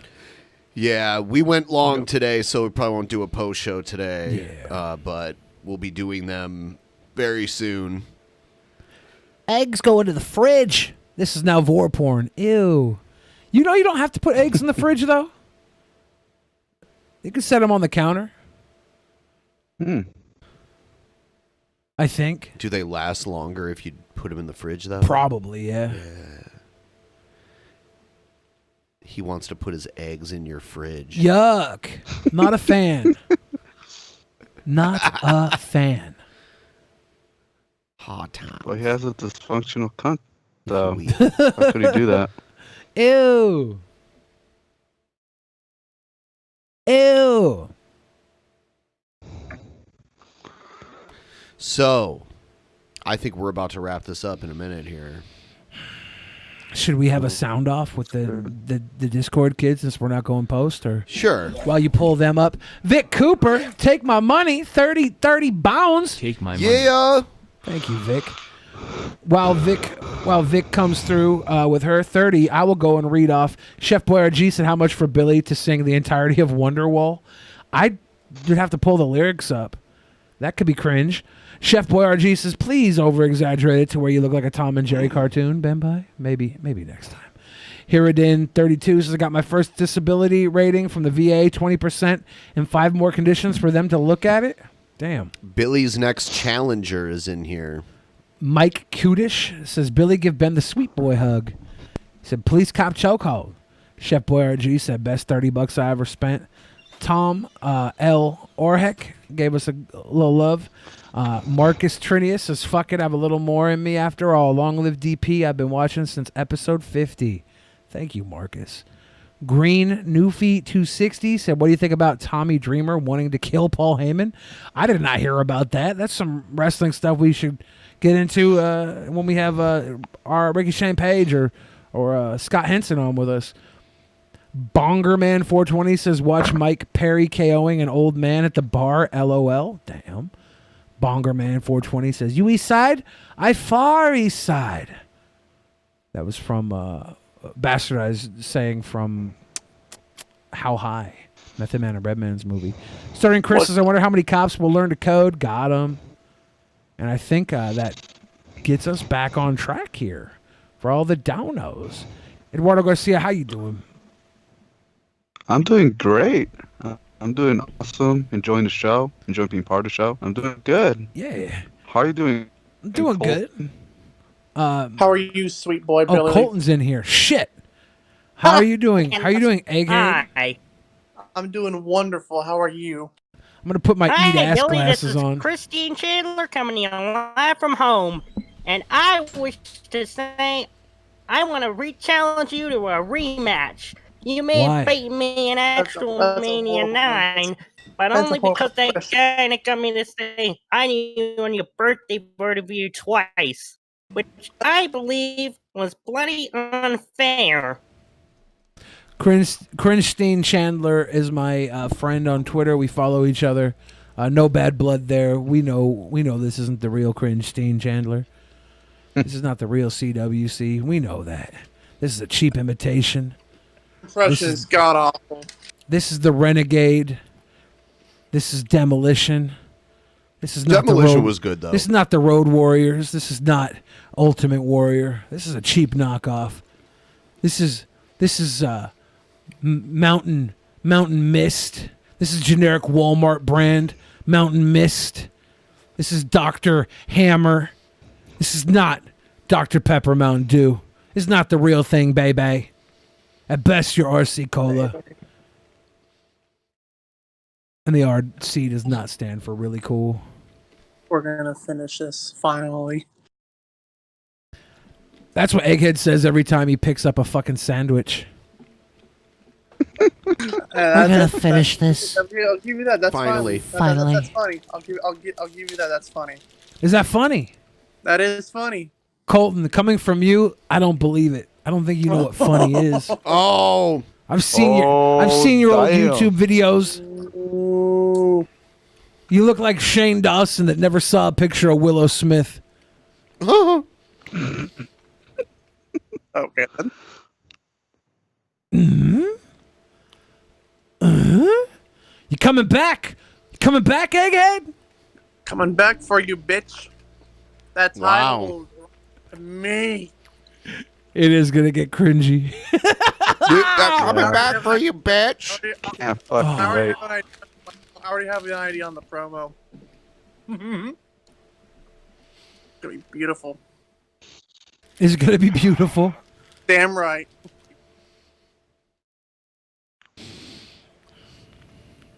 Well, I can't wait, Egghead. I could use a good chuckle at your expense. Ooh, thank you for that. Thank you. Thank you. Thank you, sir. May I have another? Thank you, good sir. Egghead, didn't you tell me that you wore that you Goldberg of DP.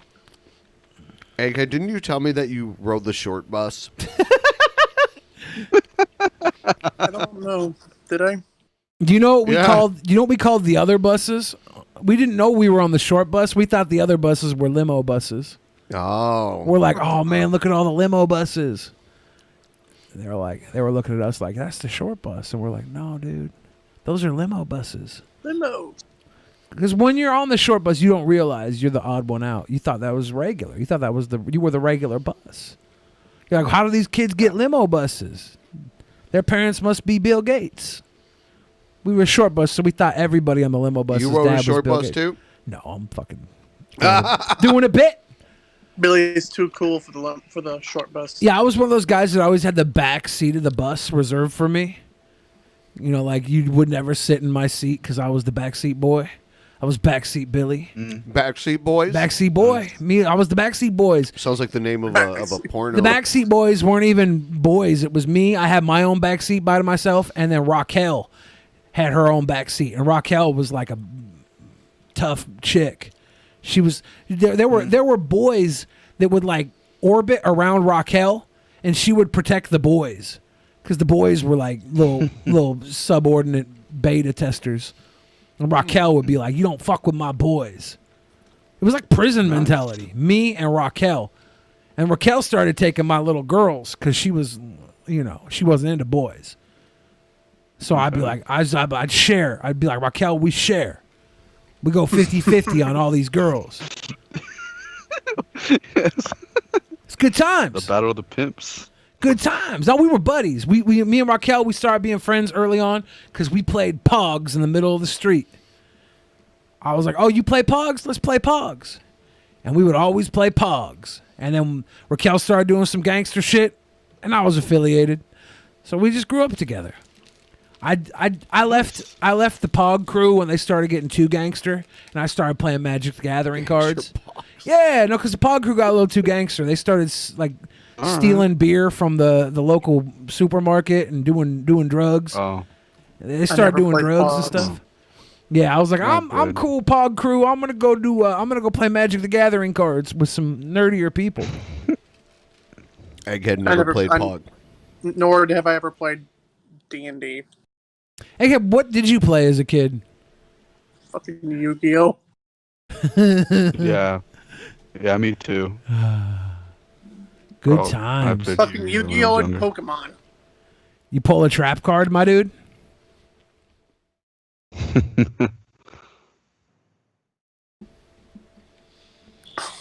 Lauren's sitting here right next to me. He's like, but you can't even name all the Pokemon. You can't even name all 151 Pokemon right now on Command Egghead in order. Nope. Can you? Yeah. Do it. Bulbasaur, Charizard, Squirtle. Fuck you. I can't do it. I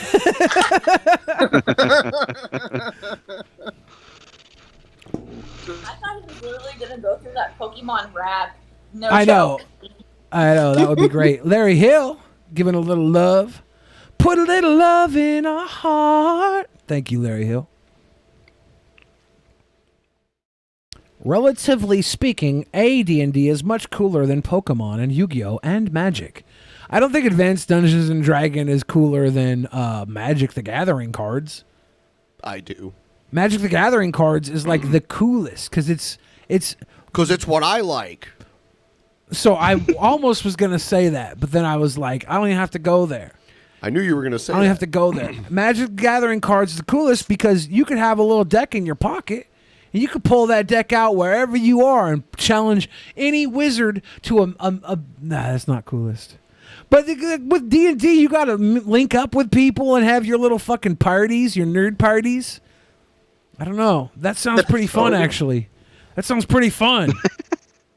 Yeah. Did I just accidentally decide to become a D&D player? Yeah. Oops. Yeah, you did. It's a lot more streamlined now. Like, people play online with each other. Yeah. I've played them forever. You had Star Wars cards, Real the Great? Yeah, I was the youth Star Wars champion. The regional Star Wars champion for the Northwest, and I'm not afraid to say it. I cheated to win. I was a shitty little kid, dude. I was not a good kid. Jesus.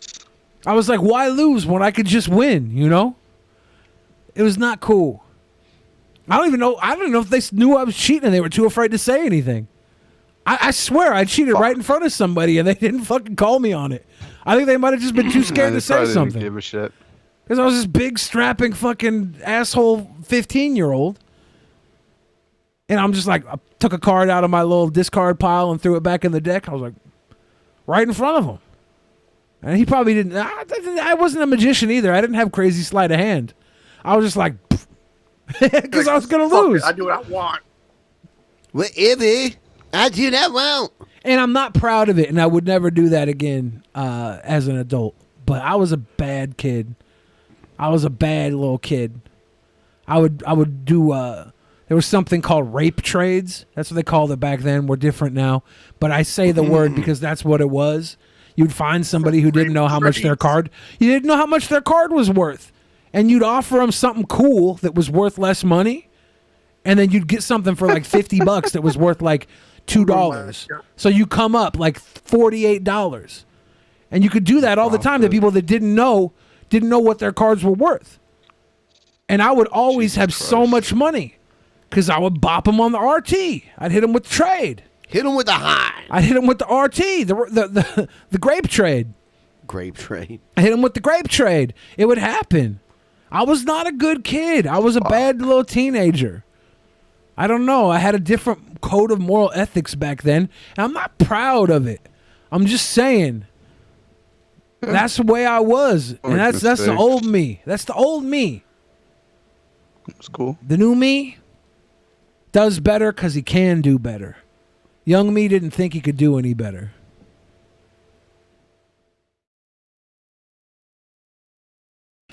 And I hope there's a lot of young yous out there that think you can't do better. But I promise you can. I promise you got it in you. Respect. You got the power to do better. And you should. Because once you do better, you feel better. It's amazing. It's amazing. Amazing. Amazing. Amazing. So I guess Roll20 is actually a good website to use to play D&D, like online with multiple people. D&D. It's a virtual tabletop. Yeah. A cool thing would be is if someone had like the table and you could use the virtual tabletop as a guide for the person who has the main table in their house, and they could just move the piece for you where you move it on the virtual board, and they could play it out live for you on their live board, and you could have like, I don't know, 5 or 6 people in a Skype with the board in the middle, and then the DM running the board while you use the virtual board off screen. The DM just reads the virtual. Why does it sound dumb, Hector? The real life Hector's pieces. always talking The real shit. life pieces are way cooler than a freaking virtual board. You just use the virtual board as a middleman. Hector, I'm calling shenanigans on that comment. I feel like I just upped the production value of an online D&D game. I don't know if I would say that, but I mean, I think I just made it you way always cooler. think whatever you do is great and amazing. You know why? Positive reinforcement. People tell me it is. Am I supposed to start believing everybody's a liar because they tell me how good I am? That's not fair to everybody else. That's not fair to everybody else. Highlander. Oh no. Hey Billy, what's that place you like? The one that's down by the mall? You mean Chipotle?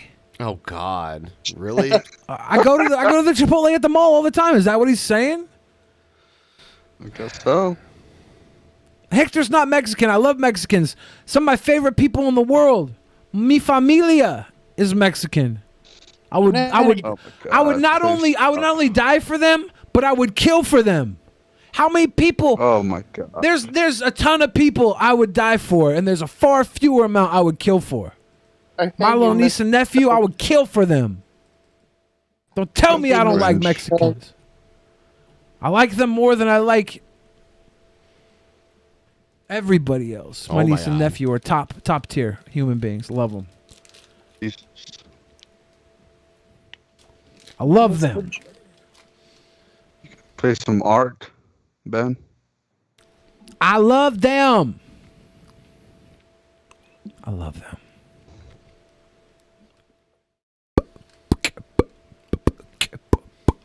Not all Hispanics are What Mexican. the hell? I didn't say they were. My niece and nephew happen to be Mexican. They're my little homies. They're my ride or die homies. I love them. You love them. Bonnie Pop says I'd kill Billy for Chipotle. You could try. You'd be hurting and hungry. I promise you that. Yeah. Did someone name me in the game? You're one of my flying dinosaurs. Cute. Oh, that's so cute. I hope I'm not the one that is the fatter one. Like if the game just was like naturally was like made me fat. I'd be like, damn it. There we go. They're not. No, there's just good looking dragons. Good looking dragons. Yeah, I have 3 of them. Shabisky. Nice. Yeah. Shabisky. I built this really tall tower. This is the DP private ARC server, everybody. For people who are what, patrons? Yeah, $5 and $5 above. and above can play some ARC. Yeah. Jeff Holiday plays. I had Shabisky in here last night, too. What? I'm the greatest. Last night. I'm the greatest. Chipotle is not like Taco Bell. Chipotle is better than Taco Bell. Yeah. Yes. Unless you want to feel like a cheap slut, then Taco Bell's better than Chipotle. Taco Bell's like that 2 a.m. cheap slut, fill your gut. Like Taco Bell has about 19 different ways to feed you the same food. And then the poop is like awful. Mm. Oh, shit. Someone set up like a little hut over here. Who is that? My tummy is strong. Who set up this hut? You're like, who set up this hut? You shoot him. You kill him. You gotta take it down? But it's like, who set up this hut? Who is that? Fucking kills Who's him that right right off the bat. there? Who's that? Is that Yoda? Yoda? Is that Yoda? Has to be Yoda. Are those protesters? Oh no, you can't be on top of a building with a gun and ask if they're protesters. That's not cool. That's not cool. It's not. It's Hooker Tom. Hooker Tom to ground Hooker control. This is Hooker Tom to ground control. Are you happy, Lauren? I'm cringing hard in a very peculiar way. I like how you blame other people for these kind of stories. But seriously though, she started the meme. I guess not really. She did. Do you give hookers Uber She rides? was the one that brought up the hooker Uber rides. Yeah, but he's the one who gave hookers Uber rides. Yeah, but we would have never known that because all of Colton's cringe is usually hidden from us. It's just these moments of time where it seeps through to the public eye. Yep. I got a big garage door. Oh, dude, you're in my way. Get out of my way. Oops. Get out of my way. Oops. Who are you putting Shabisky? Oh, Shabisky, you ruined everything. What? I can't do Shabisky. I can't do a Shabisky What? impression. What? What? I literally can't get through. Classic Shabisky. Do you have to ride Shabisky now? Are you going to shoot Shabisky so he respawns so you can fly out? No. Oh, see, I got another gun here. I could just fly. Oh, actually, Shabisky doesn't have a fucking saddle. Now. Hold so on. you can't- I'm gonna can't get ride everybody Shabisky. out of the fucking way here.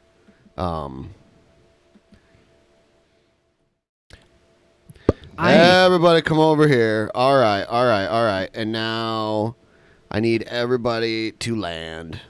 Everybody land. When was this game released? When was it released? Yeah. It's kind of old. All right. Now I'll fly on this one. There we go. I want to say it's like 2014 or 15. Oh shit! 2015 maybe. I'm not sure. Woo! Look at that. The previous generation. Look at that. That was the previous generation. And the Pterodon has a level up available too. Yeah. Are you? Wait. Who's over here? Is that the me? Is that the me Pterodon? No. Okay. Wait, I thought you were putting me in that another. rock right there. That. Who is that?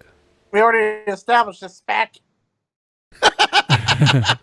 I thought you were putting me in a police cop chokehold here, but that's, Who is it? that's not me. Who is it? Who's this person? Who is that? Stabby. Stabby. Okay. Is Stabby gonna steal your dragon? No, he can't. Dragon. It's a pterosaur. Egghead caught slipping once again. And it's not a dinosaur either. Gosh, Eddie, shut up. Are you gonna play this for a while? I mean, I was just showing this to everybody. I'm sure we're gonna end this episode. You know, like, I was just showing it. I didn't know if you were gonna get into a little overtime. No, we're cool. We're cool. All right, guys. $5 and above. If you don't have the game, you can pick it up. Pretty cheap, right? Yeah, there's sales for it everywhere. Yeah. And it's a fun little server. Ben and Jeff are having fun. Stabby's in there making fucking huts and shit. It's a good time. Yeah, everybody builds huts, and I built this really tall castle thing here. It's a good time. Good time. We have good times. All right, so Thank you guys again for helping get us this goal tonight. It felt like it was a stretch, and of course we decimated it above and beyond. Yeah, That's what the freaking hell? Awesome. It was like what? You know what happened? You got the guest off, Tommy. Yeah, that's weird. Why is it that on episodes where we have a lot of guests, the good guests? Yeah, When we have a lot of conversation. People don't feel the need to tip. If we just sat here picking our and butts, we were we'd like, be "Hey, millionaires. come on, guys, help us meet the goal." Yeah. Damn it. The goal guys. Because we wouldn't shut up. The goal this week's $20,000. Yeah. We're gonna sit here and pick our butts until we get 20 grand. Yeah. And it comes in. Dude, we're doing it wrong. No, but seriously, thank you guys for watching. Thanks everybody at home. We'll see you again Tuesday, episode 751. See ya.